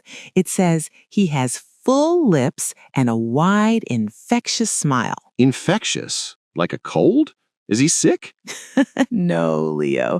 When a smile is infectious, it means that when people see him smile, they want to smile too. It's a very positive thing. Oh, so it's a contagious happy feeling. Got it. I'll draw his mouth slightly open, showing he's ready to laugh. For lips, we use adjectives like thin, full, or pursed when someone is angry or thinking. What about the ears? Ears can be very expressive. Are they pointed like an elf? The letter says he has prominent ears that stick out just a little bit. Prominent. That means they're easy to see, right? Like they're proud to be there. Exactly. They aren't hidden by his hair. And wait, there's a style detail. He wears a small silver hoop earring in his left ear. Ah, very stylish. Maybe a bit rebellious, maybe. And finally, the facial hair. It says he has a well-trimmed goatee and a thin mustache. Wait, what is the difference between a beard, a goatee, and stubble? Let's break it down for our students. Beard, hair all over the chin and cheeks. Goatee, hair only on the chin, like a goat. Mustache, hair only above the top lip. Stubble, very short hair, like you haven't shaved for 2 days, the 5 o'clock shadow. Okay, so our neighbor has a goatee and a mustache. He's starting to look like a very cool artist or maybe a traveling musician. He looks great, Leo. The face is finished, but look at the canvas. He's just a floating head. Don't worry, Maria. In the next section, we give him a body. Before we move to section 2, answer this in the comments. If someone has small brown marks on their skin from the sun, do they have freckles or scars? Full lips. Thick, healthy-looking lips. Infectious. A feeling or smile that spreads to other people. Prominent. Standing out. Easy to notice. Hoop earring. A piece of jewelry shaped like a circle. Goatee. A small beard grown only on the chin. He looks great, Leo. The face is finished, but look at the canvas. He's just a floating head. Don't worry, Maria. In the next section, we give him a body. Now we have a face, but how tall is our new neighbor? The letter says he is of average height, but he stands very upright. Average height? So he's not a giant like the forest spirit, and he's not tiny like a suit sprite. Exactly. He is in the middle. But look at that word, upright. It means his posture is very straight and confident. He doesn't slouch. So no slouching. Got it. I'll draw him standing tall and proud. When describing height, we use short, lower than average, average height or medium height, tall, higher than average. Okay, he's standing straight, but is he slim or is he well built? I want him to look like he can carry big boxes of books. The description says he has a slender but athletic build. Wait, Maria, you used slender earlier for a deer. Does it mean he is thin? Yes, but in a healthy, graceful way. Athletic means he looks like he exercises. He isn't bulky, big muscles, but he is strong. Like a box. No, Leo. A box is stocky. Stocky means short and wide. Our neighbor is slender. Think of a long, elegant tree branch. Vocabulary check. Slender, slim, thin in an attractive way. Athletic, strong and fit. Stocky, short, heavy and strong. Overweight, a polite way to say someone is heavy. Now for the style. It says he prefers oversized clothes made of natural fabrics. Oversized? Like a giant sweater? Yes, it says he's wearing a baggy linen shirt and cuffed trousers. Wait, what are cuffed trousers?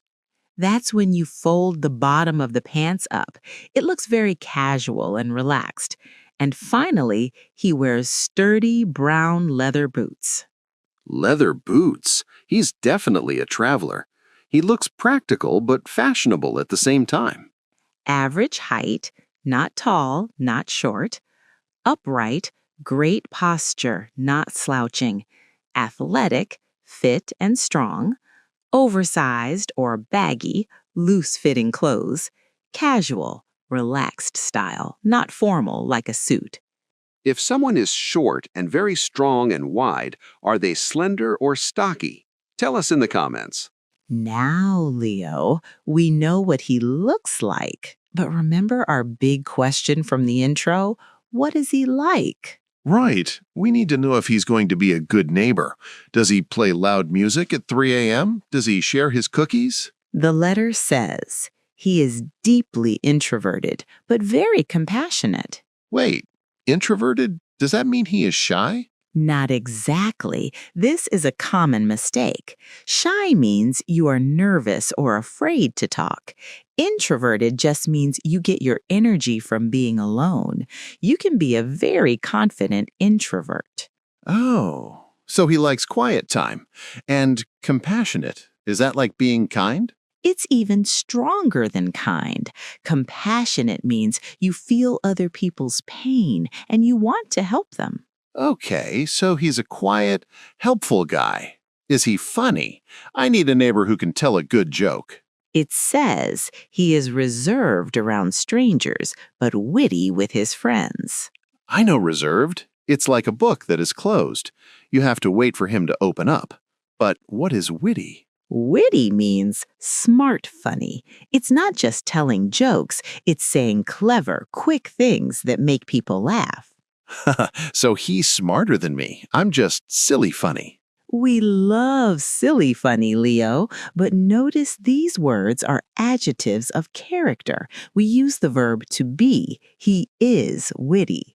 Final personality clues. He is incredibly reliable, though sometimes a bit absent-minded. Reliable is good. It means if he says, I will help you move your piano, he actually shows up. Exactly. You can trust him. But absent-minded, that's his quirk. It means he forgets his keys or his hat because he is thinking about big ideas. That's definitely me. I'm very absent-minded when there's coffee nearby. Introverted. focused on internal thoughts rather than social shells. Compassionate, feeling deep sympathy for others. Reserved, quiet, slow to show feelings or talk. Witty, clever and funny in a smart way. Reliable, someone you can trust to do what they promise. Absent-minded, forgetful because you are thinking of other things. If your friend always listens to your problems and tries to help, are they compassionate or witty? Write your answer below. Okay, time for a reality check. Now that our neighbor is finished on the canvas, let's compare him to us. Leo, stand next to him. Wait, he is taller than me. Maria, did you write the letter? Why is he taller? It's the description, Leo. He is taller than you, but he is shorter than the front door of the cottage. And look at his shoulders. He's slimmer than you are.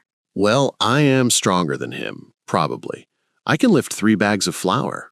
For short words, one syllable, we add er plus than. Tall, taller than. Short, shorter than. Slim, slimmer than. Okay, he might be taller, but is he funnier than me? The letter said he is witty, which is a long word. So he is more witty than a normal neighbor, but I think you are more hilarious than anyone I know, Leo. I'll take it. But look at his face. He looks so calm. He's definitely more relaxed than I am during a recording. That's true. You are more energetic than he is. He is more reserved than us. When the word is long, 2+ syllables, we use more. More creative than. More athletic than. More compassionate than. Let's give out some village awards. Who is the kindest person in our village? Maria, you are the kindest. And our new neighbor, he is the most mysterious. And you, Leo, are the most hard-working when there is cake involved. It's true. I am the fastest cake eater in history. Taller than, shorter than, comparing height. More reserved, comparing personality. The kindest, the number one person for that trait, superlative. And you, Leo, are the most hard-working when there's cake involved. Taller than, shorter than, comparing height. More reserved, comparing personality. The kindest, the number one person for that trait, superlative. If Maria is 160 centimeters and I'm 180 centimeters, am I taller than her or shorter than her? Tell us the answer using the correct grammar. Leo, look at our drawing. He's tall, he's athletic, he's witty, and he has a silver earring. He looks too perfect. You're right. It's a bit boring. Real friends have flaws. A flaw is a small fault or weakness in someone's character. Exactly. And the letter has one final note. It says, he's wonderful, but he's incredibly clumsy and a bit stubborn. Clumsy, like me. So he drops his tea and trips over his own boots? Yes, it makes him much more relatable. Relatable means we can understand him because he's like us. And what about stubborn? Is that a bad thing? Well, stubborn means he doesn't like to change his mind. If he thinks the bakery is to the left and you say it's to the right, he will walk left for an hour before he admits he is wrong. Oh, I know people like that. We call that being pig-headed sometimes, but stubborn is the standard word. But he also has a quirk. A quirk is a strange but funny habit. The letter says, he always carries a small wooden spoon in his pocket, just in case he finds good soup. That is the best quirk I have ever heard. I like him already. When you describe yourself in English, don't just use good words. Using words like clumsy, forgetful, or shy makes your English sound more natural and honest. I agree. My favorite flaw is being absent-minded. It means I'm always dreaming. Flaw is a small fault or weakness in a person. Clumsy, moving in a way that is not careful, breaking things. Stubborn, refusing to change your mind or opinion. Relatable, someone you can feel a connection with because they're human. Quirk, a strange, unique, and funny habit. Meet our new neighbor, Kaito. What do you think? Does he look like the friend you imagined?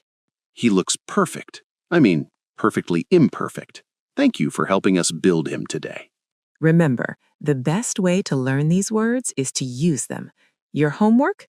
Go to the comments and describe one person you know. Use at least one physical word and one personality word. And don't forget to stay for the word wrap to master the 10 most important words from today's journey. Appearance, noun. Everything on the outside. Kaito has a very friendly appearance. Slender, adjective, thin and graceful. He has a slender build, like a runner. Wavy, adjective. Hair that moves like the ocean. His wavy hair is the color of chestnuts. Outgoing, adjective, the opposite of introverted. Someone who loves crowds. Maria is more outgoing than Kaito. Clumsy, adjective. Someone who drops things. Being clumsy makes Kaito very relatable. Stubborn, adjective, not changing your mind. He is too stubborn to use a map. Feature, noun.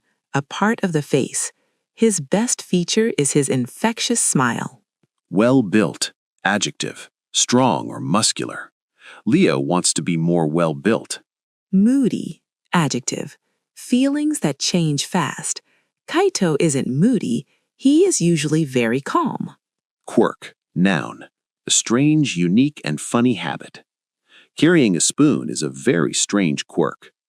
I hope you have your tea ready, because today we're doing something a little different. Kaito and I have left the village behind. Can you hear that? That is the Silver River. We are sitting on the soft grass of the great meadow. It's a vibrant, sun-drenched morning, and the air smells like clover and honey. It's a perfect day for a sketchbook, Maria. The light is hitting the water in a way that makes it look like moving glass. Kaito is already drawing, as usual. But students, there is a reason we brought you here today. In our last lesson in the art studio, we learned how to describe feelings and art. But what about the world around you? Exactly. Many students know the word tree or water, but can you describe where the tree is? Can you describe how the water sounds? Today is a podcast about nature and the 5 senses. We aren't going to hurry. We are going to sit here, enjoy our picnic, and layer your English, just like the hills in the background. We have 4 big goals for this journey. 1. The map of words, mastering prepositions like beyond, across, and beside. 2. The sensory palette, using the 5 senses to describe nature. 3. Compound adjectives, words like sun-drenched and windswept. And 4. The picnic challenge, using everything we learn to describe this very moment. Kaito, let's look at our setup. To be honest, this is the most peaceful picnic I've ever had. I agree. Look at the blanket, Maria. It is spread out beside the tall oak tree. Beside. That's our first key word for today. Students, beside is a more elegant way to say next to. And look beyond the river, Maria. Do you see the small bridge? I do. Beyond. That is such a poetic word. It means on the other side or further away. Beyond the river, the hills are a muted green today because of the soft clouds. You're still using your art studio words. I like it. Before we start section 1, I want you to do something. Close your eyes for 5 seconds.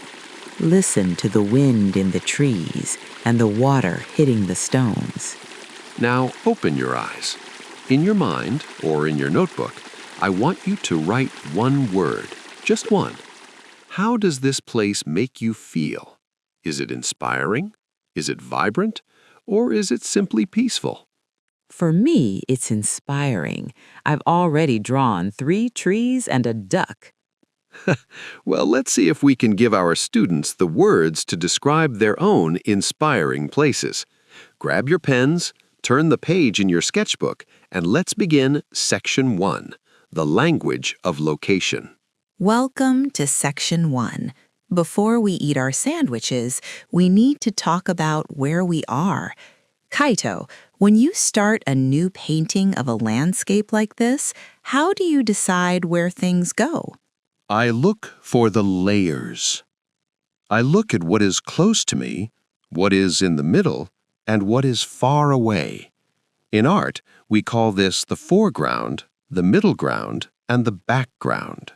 That is exactly how we should learn our prepositions. Students, instead of just saying the tree is there, let's use 3 layer words: beside, across, and beyond. Kaito, look at our picnic blanket. It isn't just near the tree. How would you describe it? I would say the blanket is spread out beside the old oak tree.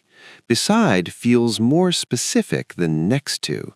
It sounds like the blanket and the tree are friends. I love that, beside.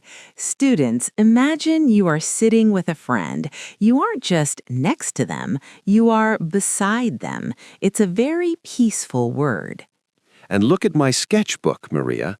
It's sitting beside my teacup. Everything in our close layer is beside us.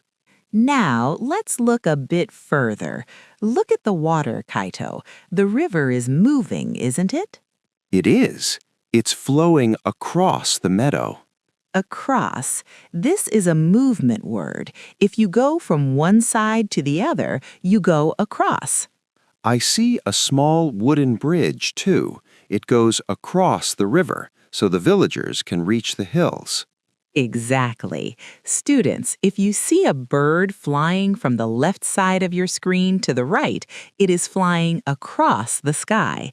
It's a word that connects 2 sides. This is my favorite word of the day, Kaito. Look at the very far blue mountains. They aren't just far away. No, they are beyond the forest. Beyond. It suggests there is a secret or something beautiful waiting further away. Beyond. It means further than or on the other side of. If I look beyond the river, I see the green hills. If I look beyond the hills, I see the white clouds. To be honest, Maria, I think the most beautiful things in life are always beyond the horizon. That is very poetic, Kaito. Students, think about your goals. Your dream of speaking perfect English is beyond today's lesson. It is waiting for you in the future. Let's test our students. I'm going to describe a scene, and I want you to tell me if I'm using the right word. I'm ready. I am sitting beyond Kaito on the grass. No, Maria, you are sitting beside me. We are close. Okay, how about this? The sun is setting across the mountains. I see what you mean, but I think beyond is better there. The sun is further than the mountains. You're right, beyond the mountains. Last one. A deer is running across the field. Perfect. It's moving from one side to the other. Across. Before we move to Section 2, let's recap our map of words. 1. Beside, for things that are touching or very close. The basket is beside me. 2. Across, for things moving from one side to another. The river flows across the meadow. 3. Beyond, for things that are far away or on the other side. The mountains are beyond the forest. I think I've spent too much time talking. My tea is getting cold. Then let's take a tea break.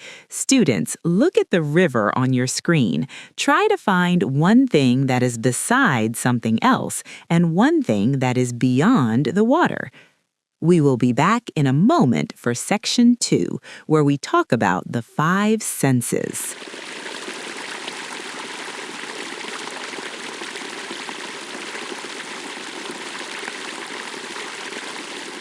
Kaito and I have finished our first cup of tea, and now we are truly relaxed. Students, when you are in a classroom, you use your eyes to read and your ears to hear the teacher. But in nature, you have 5 tools. I can't paint just with my eyes, Maria. If I don't feel the warmth of the sun, I don't know which yellow to use. If I don't hear the river, I don't know how to paint the movement. Exactly. Section 2 is about the 5 senses. We're going to learn specific adjectives for scent, sound, and touch. Kaito, put down your brush for a second. Take a deep breath. What do you smell? It smells earthy. The ground is a little bit damp from the rain last night. It's a deep, rich smell. But there is also something floral coming from your basket. Earthy and floral. Students, these are perfect A2 words. Earthy, smelling like the ground, soil, or wet rocks. Floral, smelling like flowers or gardens. To be honest, Maria, I prefer earthy smells. They make me feel grounded. I see what you mean, but I think the floral scent of these lilies is very inspiring. Now, let's be very quiet for a moment. Do you hear that? The leaves in the oak tree are rustling. Rustling. What a beautiful word. It's the sound of paper or leaves moving together. And the river? It isn't just making noise. No, it is babbling. We use the word babbling specifically for small rivers or streams when the water hits the stones. It sounds like the water is talking to us. Rustling trees and babbling brooks. If you use these words instead of noisy or loud, your English becomes like a poem. Finally, let's talk about how the air feels. It isn't hot today, is it? No, it's crisp. The air feels fresh, clean, and a little bit cold, like a fresh apple. Crisp we use for the air in autumn or early morning. It's the opposite of humid or heavy. And look at the moss on this rock beside us, Kaito. Touch it. Reaching out, it's velvety. It's so soft, like a green carpet. Velvety, like the fabric velvet. Students, nature is full of textures. The grass can be crisp and the moss can be velvety. Let's recap our sensory palette. Number 1, earthy or floral, for what we smell. Number 2, rustling or babbling, for what we hear. Number 3, crisp or velvety, for what we feel. I have a challenge for the students. Look at the image of the river again. If you were sitting here with us, which of these senses would be the strongest for you? For me, it would be the babbling of the water. It's so peaceful. Students, write your favorite sense word in your notebook. But don't get too comfortable, Maria.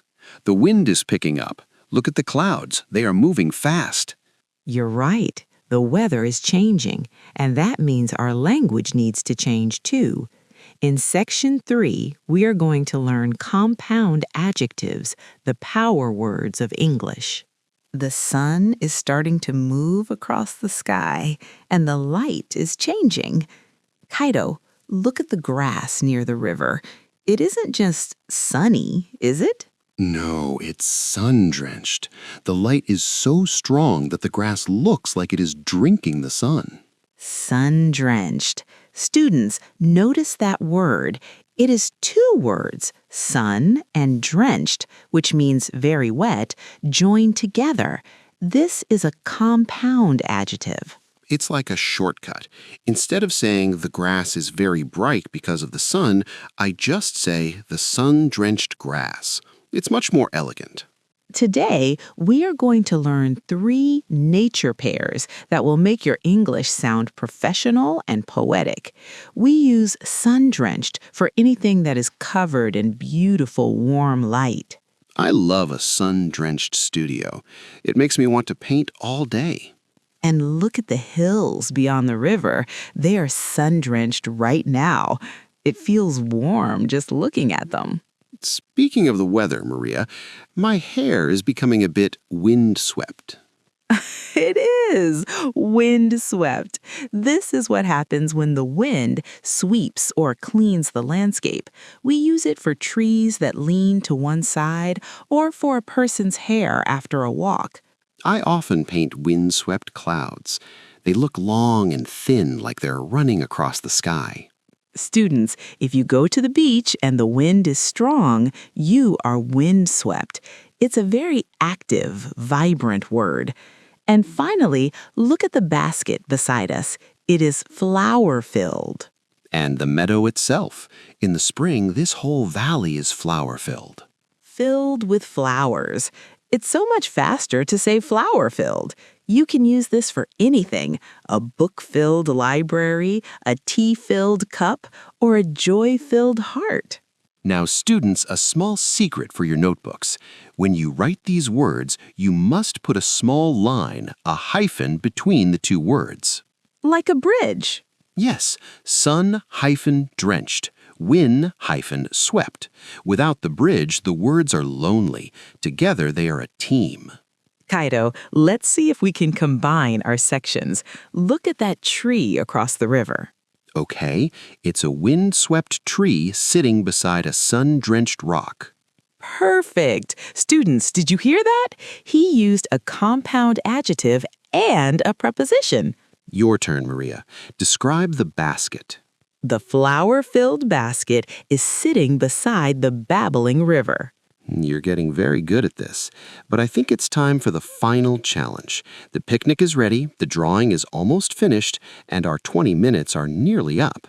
You're right. Section 4 is the grand finale. We are going to use everything, the locations, the senses, and the power pairs to describe our afternoon. Here we are, Section 4. The picnic is spread out, the tea is warm, and Kaito has finished his sketch. Students, this is the most important part of our 20 minutes together. We are going to use every layer of our new language. I'm ready. I have tried to capture the babbling river and the sun-drenched hills on this one page. It's beautiful, Kaito. Okay, students, watch how we do this. I'm going to describe this exact moment using our prepositions, our senses, and our power pairs. We are sitting beside the silver river. Across the water, the grass is moving in the wind. Beyond the meadow, the ancient forest looks dark and quiet. Perfect. You've mapped the world. Now add the feeling. The air feels crisp on my skin, and I can hear the rustling leaves of the oak tree above us. There is an earthy scent coming from the riverbank, mixed with the floral smell of the lilies in our basket. I can almost feel the wind just listening to you. Now for the final touch, the power pairs. This sun-drenched afternoon is so peaceful. Even though the clouds are a bit windswept, our flower-filled picnic is the perfect place to be. A masterclass in English, Maria. You used everything. Now it is your turn, students. You have been with us for nearly 20 minutes. You are not the same English learner you were at the beginning of this video. We want to see your English sketchbook. Look at the image of our picnic on your screen. Write 3 sentences in the comments using our layers. 1. Use one preposition, beside, across, or beyond. 2. Use one sensory word, babbling, crisp, or velvety. 3. Use one compound adjective, sun-drenched, windswept, or flower-filled. Here is an example. The flower-filled basket is beside Maria. The river sounds babbling, and the hills are beyond the trees. Kaito, I think it's time to pack up. The sun is dipping beyond the horizon. It is, but I'm going to keep this drawing to remind me of our peaceful afternoon. And students, I hope you keep these words in your mental sketchbook. Remember, English is not just a subject in a book, it is a tool to describe the beauty of your life. The sun is beginning to dip beyond the horizon now. The sky is turning a muted pink, and it's time for us to pack our flower-filled basket. I'm finished. It's not perfect, but it captures the peaceful energy of the afternoon. And you, students? How do you feel? You've mastered the map of words, the sensory palette, and those powerful compound pairs. To be honest, Maria, I think they did a great job. Learning for 20 minutes is not easy. It takes a lot of focus. It does. You should be very proud of yourselves. Remember, English is not just a list of rules in a textbook. It's a tool to describe the vibrant world you see every day. Don't forget to check the description for your nature sketchbook cheat sheet. It has everything we talked about today, so you can study even when you are offline. Thank you for sitting with us today. If you enjoyed this journey, leave a comment with your favorite new word. It helps our community grow. Hello, everyone, and welcome to a very special, very quiet corner of our world. Normally, you see me with Leo, but today we are doing something different. I have walked up the hill, past the old oak trees, to visit our neighbor, Kaito. We are in his art studio today. Can you hear that? The wind is just hitting the chimes outside the window. It's the perfect day to learn. Welcome, Maria. Please make yourself comfortable. I was just working on the light in this corner of the painting. It's a bit stubborn today. Even artists have stubborn days. Kaito, I wanted to bring my students here because many of them feel like they are painting their English with only 2 or 3 colors. They say, I like this, or this is good, but they want to say more. They want to describe the world with the same detail you use in your paintings. That is a beautiful way to put it, Maria. In my studio, I have hundreds of tubes of paint. Some are vibrant, some are muted. If I only used one blue, my sky would look flat. English is exactly the same. If you only use I like, your conversation feels flat. Today, I want to show everyone how to add depth to their opinions. Exactly. And friends, remember, we are not in a rush. We value slow living, and today we are practicing slow learning. If you are an A1 or A2 student, this is for you. You don't need to understand every single word immediately. Just listen to the conversation. Taking your time is the secret to mastery. When I start a painting, I don't finish it in 5 minutes. I layer the colors, one layer, then another. Today, we are going to layer your vocabulary. We will start with simple ways to give an opinion, and by the end of the hour, you will be able to describe a complex feeling. I love that, layering your language. Before we dive into section 1, I want everyone to look at the image on your screen. This is where Kaito works. Look at the jars of brushes, the mess of canvases, and the light coming through the window. How does it make you feel? In English, we might say it feels cozy or inspiring. Keep those words in your mind. Maria, what are we focusing on first? I think my brushes are ready, but are the students ready? They are ready. Here is our plan for this 20-minute journey. First, we are going to move beyond I think. We will learn 5 natural phrases that native speakers use to start a sentence. Second, Kaito is going to teach us the vocabulary of mood.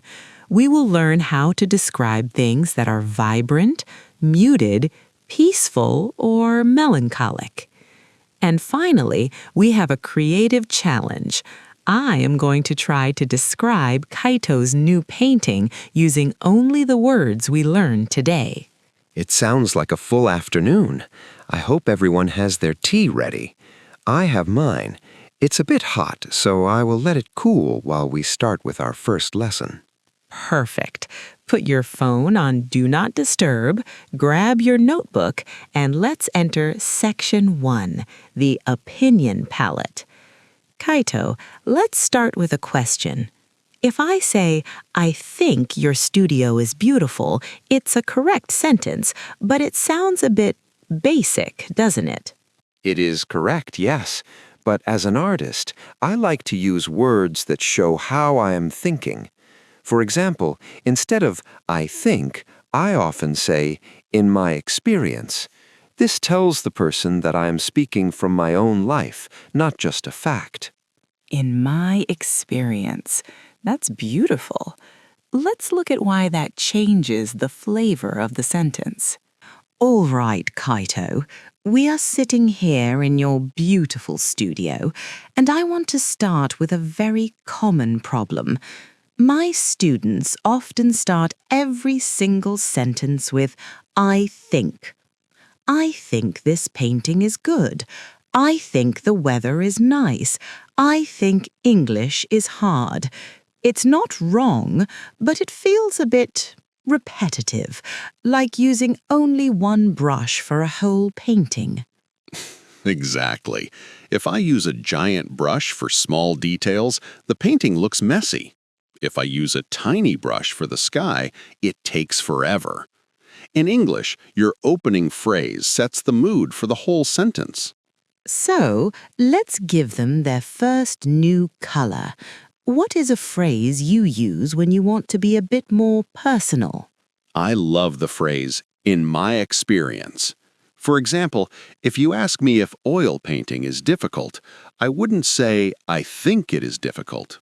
I would say, in my experience, oil painting requires a lot of patience. Oh, I see the difference. I think sounds like a cold fact, but in my experience tells the listener that you have tried it. You are sharing a piece of your life. Exactly. It invites the other person to listen to your story, not just your opinion. It's a very gentle way to start a conversation. That's perfect. Now, what about when we want to say something that might be a little surprising, or maybe even a little negative? Then we use, to be honest. This is a very popular one in the Ghibli world because we value sincerity. If you ask me, Kaito, do you like this bright red color, and I don't really like it, I would say, to be honest, I prefer the softer blues. To be honest, it's like opening a window and letting in some fresh air. It tells the listener, I am being truthful with you. But be careful, students. We don't use this for every sentence, or people will think you were lying before. Very true. Another one I use while I'm looking at a half-finished painting is, it seems to me that. It seems to me. That sounds very thoughtful, very philosophical. It is. It's less aggressive than I think. If I say, the sky is too dark, it sounds like a rule. But if I say, it seems to me that the sky is a bit too dark, it leaves room for your opinion, too. It's like a soft shadow in a drawing. It's there, but it's not hitting you. I love that. It's a very polite way to share a thought without sounding like a boss. It seems to me that we should take a break soon, for example. Not yet, Maria. We have two more. My next favorite is, if you ask me. This is a great one when someone hasn't asked for your opinion yet, but you want to give it anyway. Leo uses this one all the time. It's a very neighborly phrase. If you ask me, the best time to see the hills is at 5 p.m. It's friendly, it's casual, and it shows you are confident in what you know. And for our final color in the palette, let's give them something a bit more professional, something for a meeting or a serious discussion. For that, we use I'm of the opinion that. This is a very sturdy phrase. It's like a strong wooden frame for a canvas. I'm of the opinion that art should be accessible to everyone. Oh, that sounds very advanced. I am of the opinion that. It sounds like you have thought about this for a long time. It's very strong. Okay, students, let's look at our palette.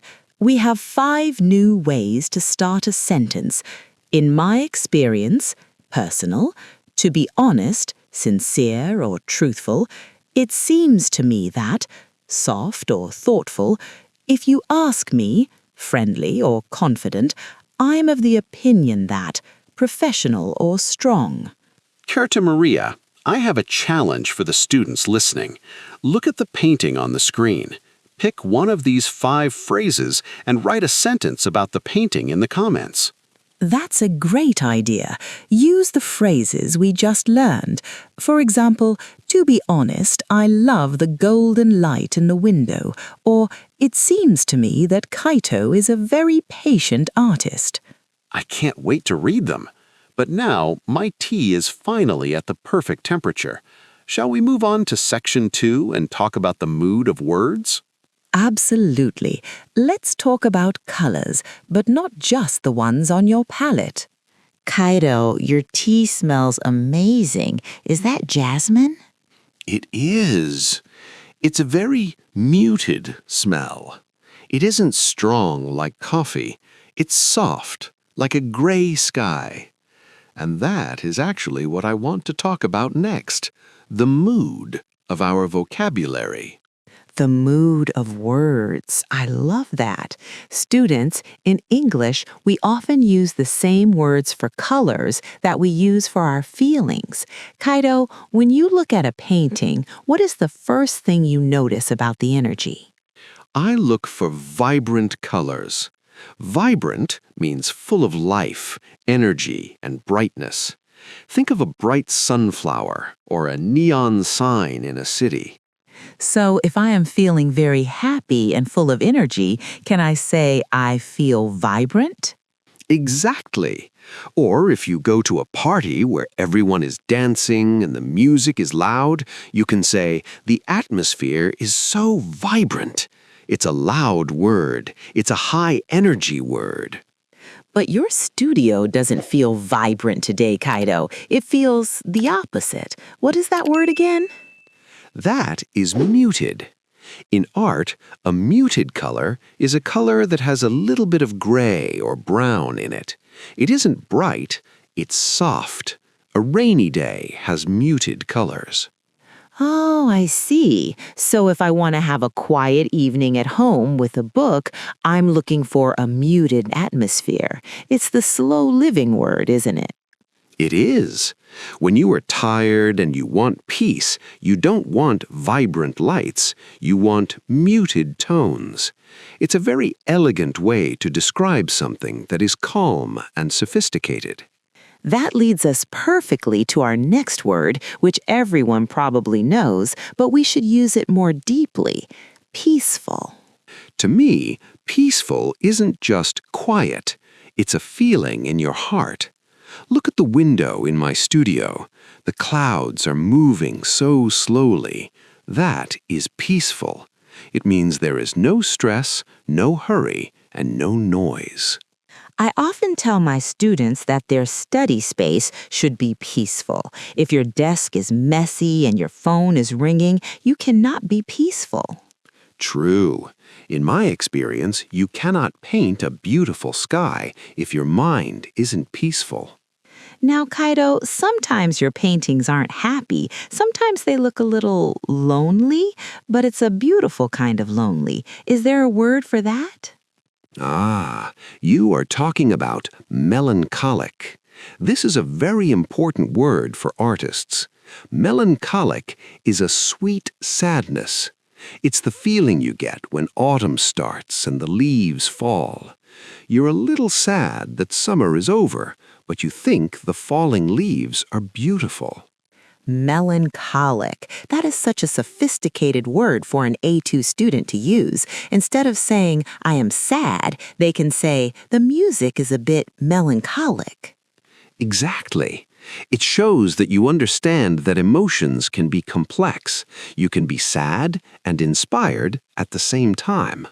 And finally, we have the word that brought me here today, inspiring. Inspiring is the spark. It's the feeling that makes you want to do something. When I see a beautiful forest, it is inspiring because I want to pick up my brush and paint it.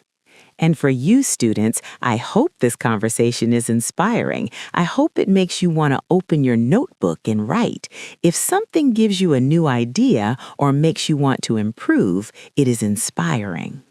Let's recap our mood palette before we continue. Vibrant, bright, and full of energy, like a sunlit meadow. Muted, soft, and calm, like the shadows in this room. Peaceful, quiet, and stress-free, like our tea time.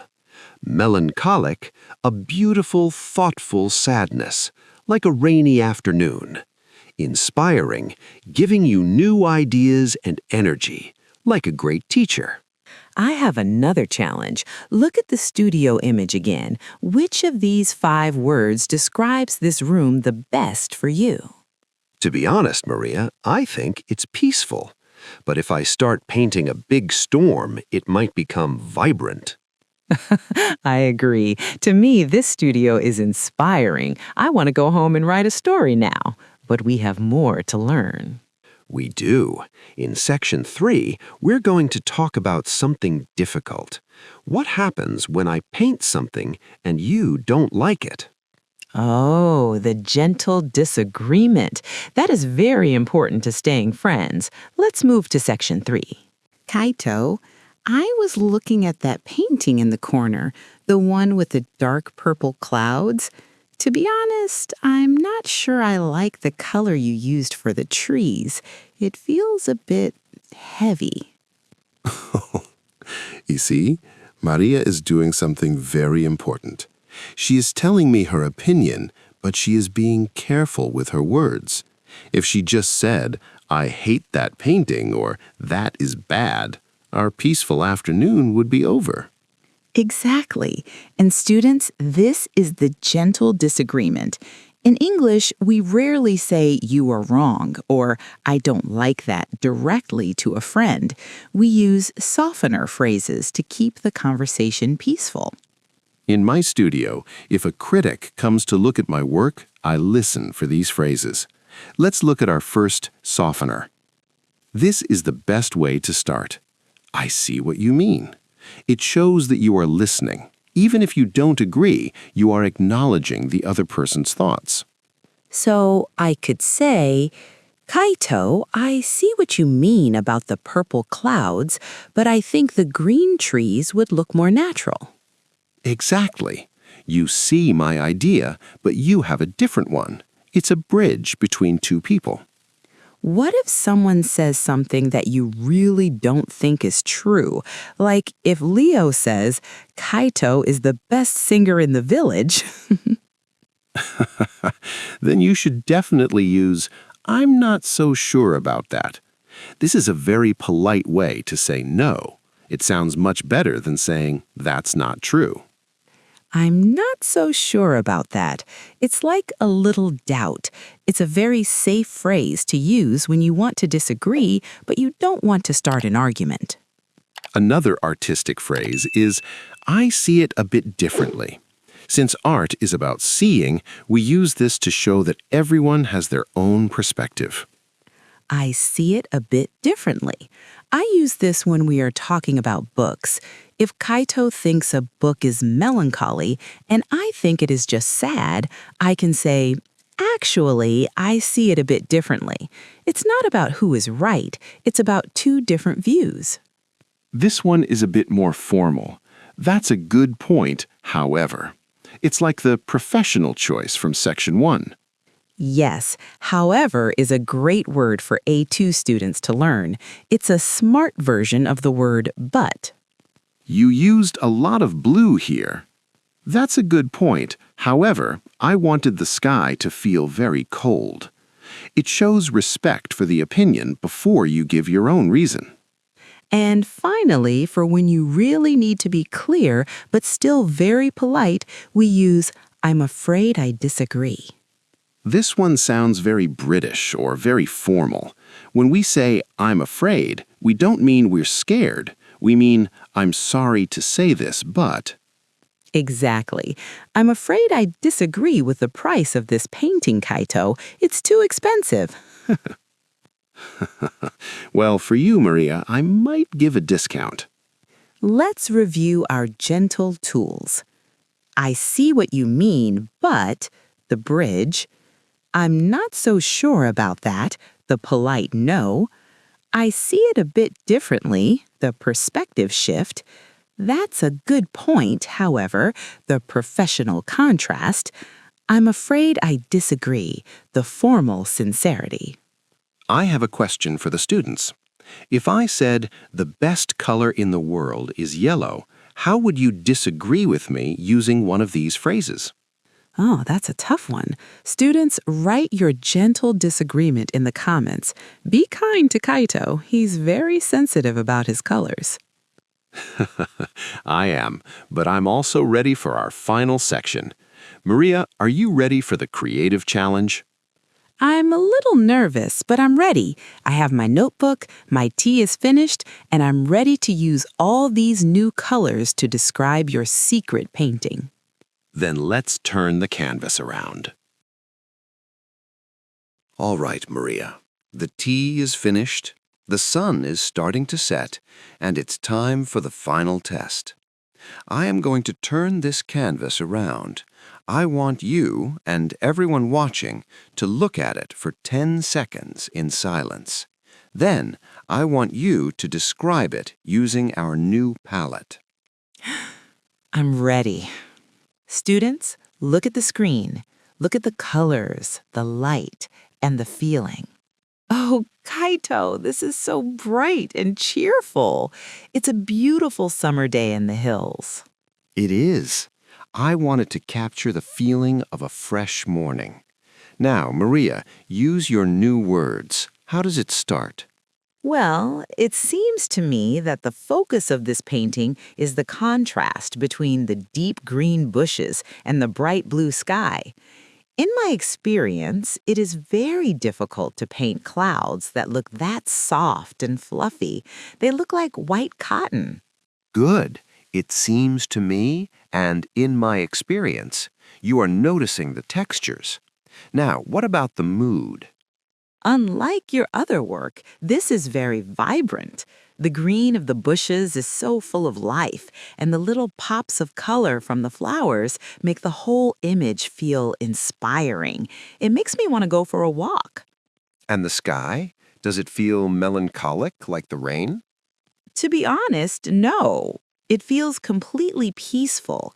There is no sadness here. It is a muted kind of peace, not loud, just calm and steady. Now, tell me something you would change. Look at the flowers in the foreground.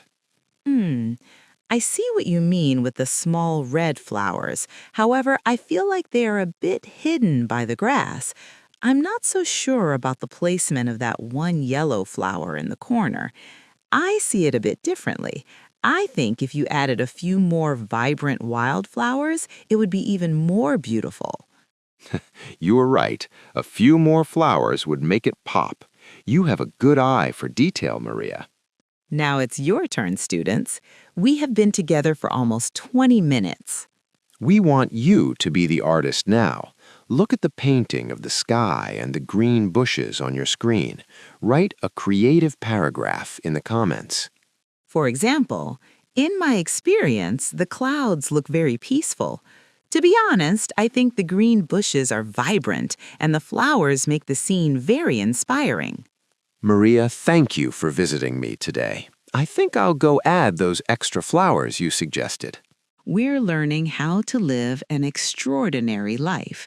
Kaito, what does extraordinary mean to you? Extraordinary.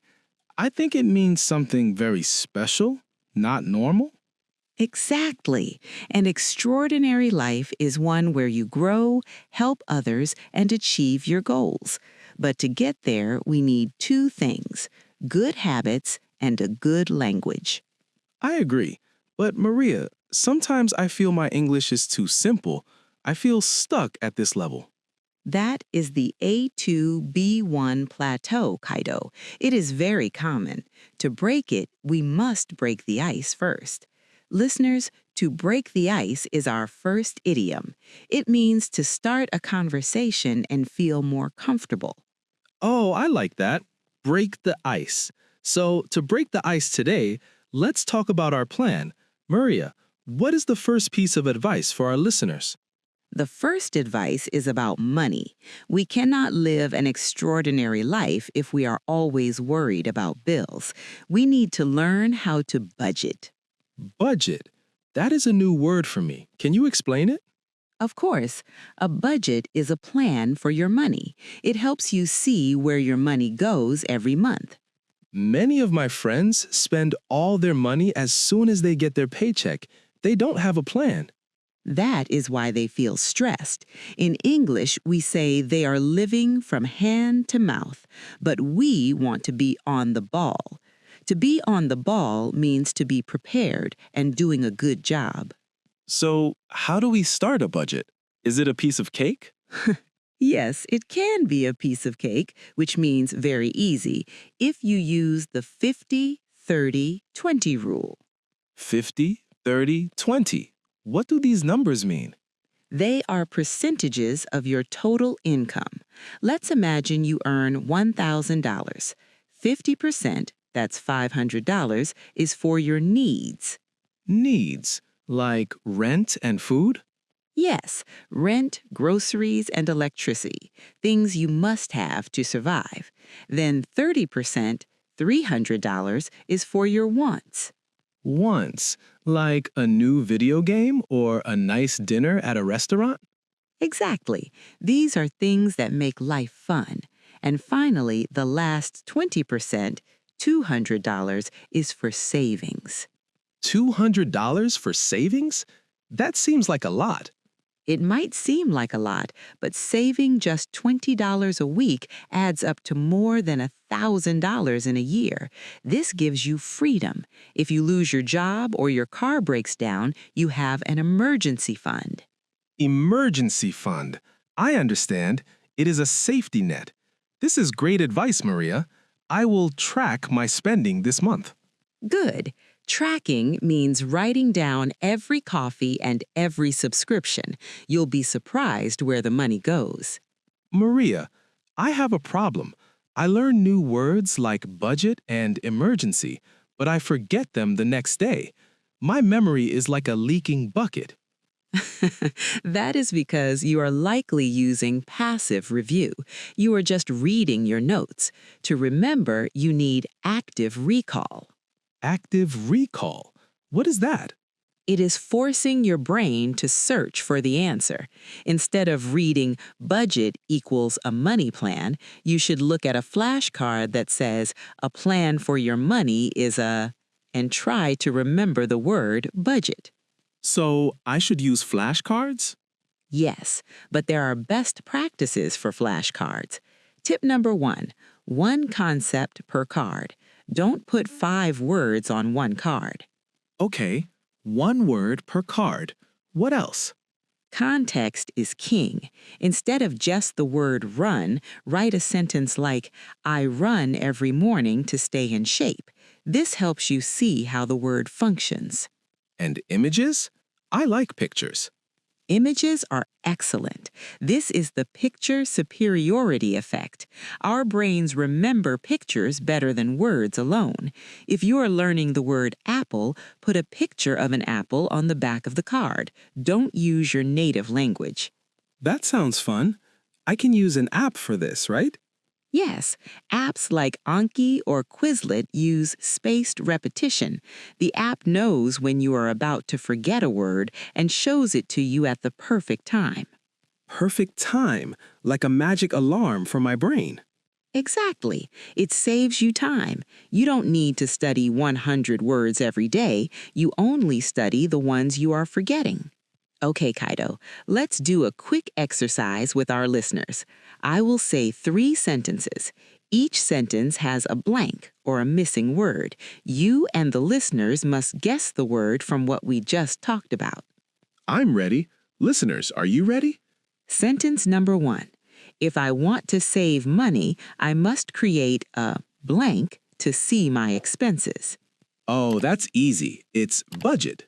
Correct. Sentence number 2. When I use flashcards, I am practicing active blank. Active recall. Active recall. Spot on. Sentence number 3. The 50-30-20 rule says that 50% of my money should go to my Needs, like rent and food. Excellent, Kaito. You're on the ball today. Now, let's talk about something harder. What happens when we feel? Maria, I'm very afraid of failing. When I make a mistake in English, I feel ashamed. I want to stop talking.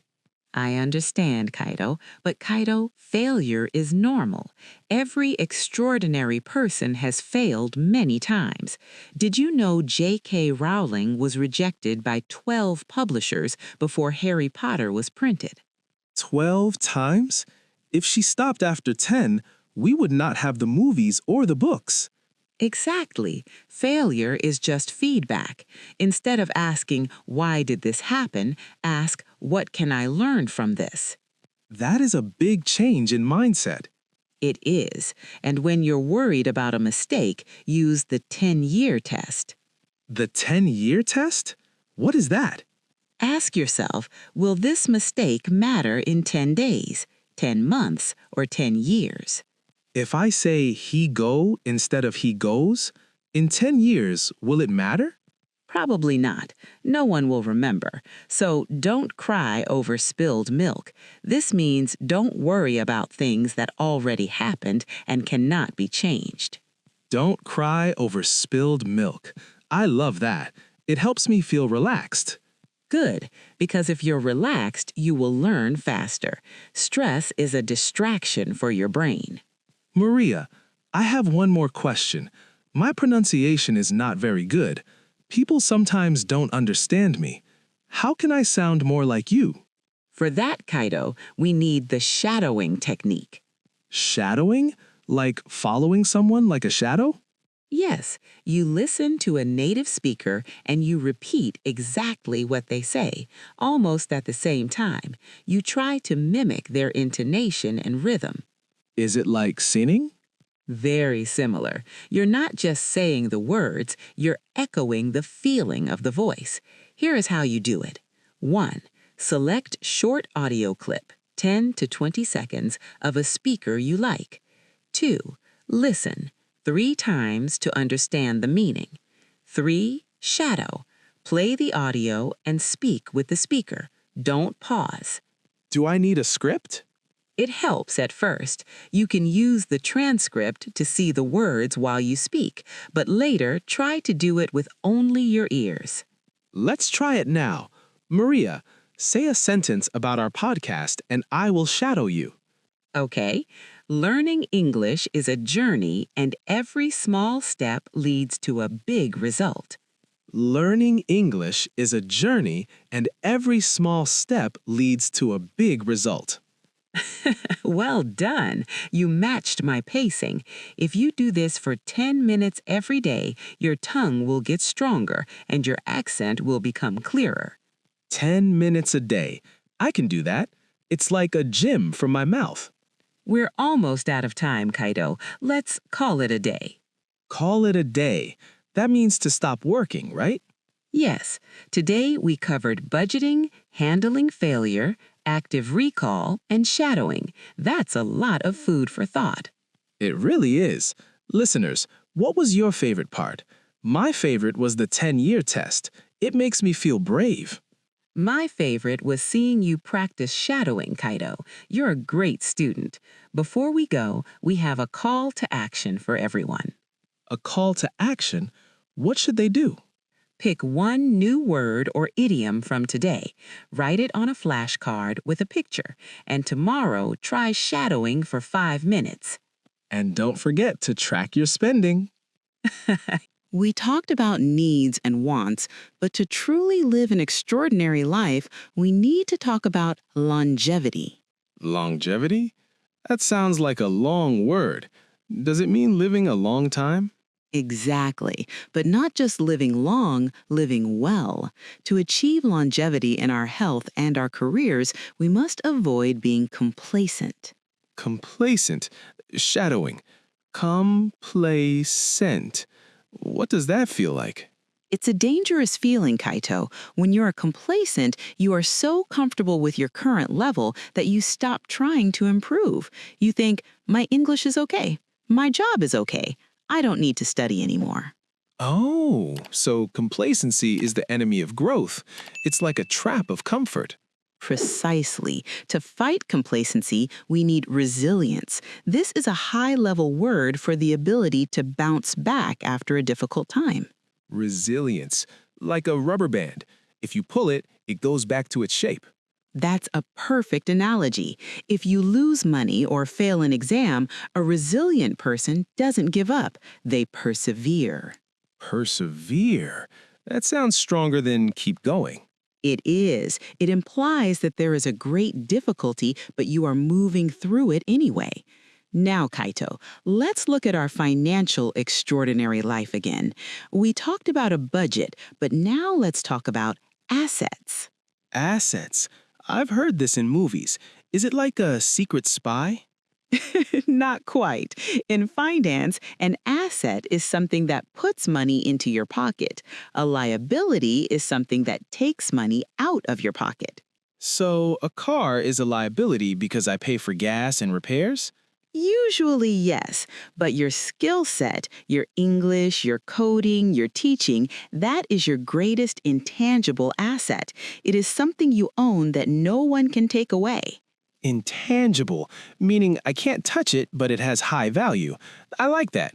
So by studying today, the listeners are investing in an intangible asset. 100%. They are compounding their knowledge. Just like money in a bank, small bits of learning grow bigger and bigger over time. Wow, Maria. Today was enlightening, using a high-level word.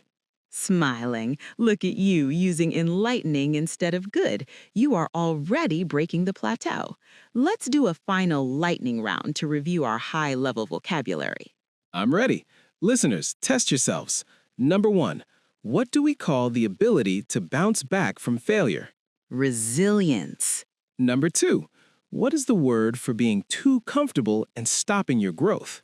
Complacent. Number 3, what is an intangible asset we are building right now?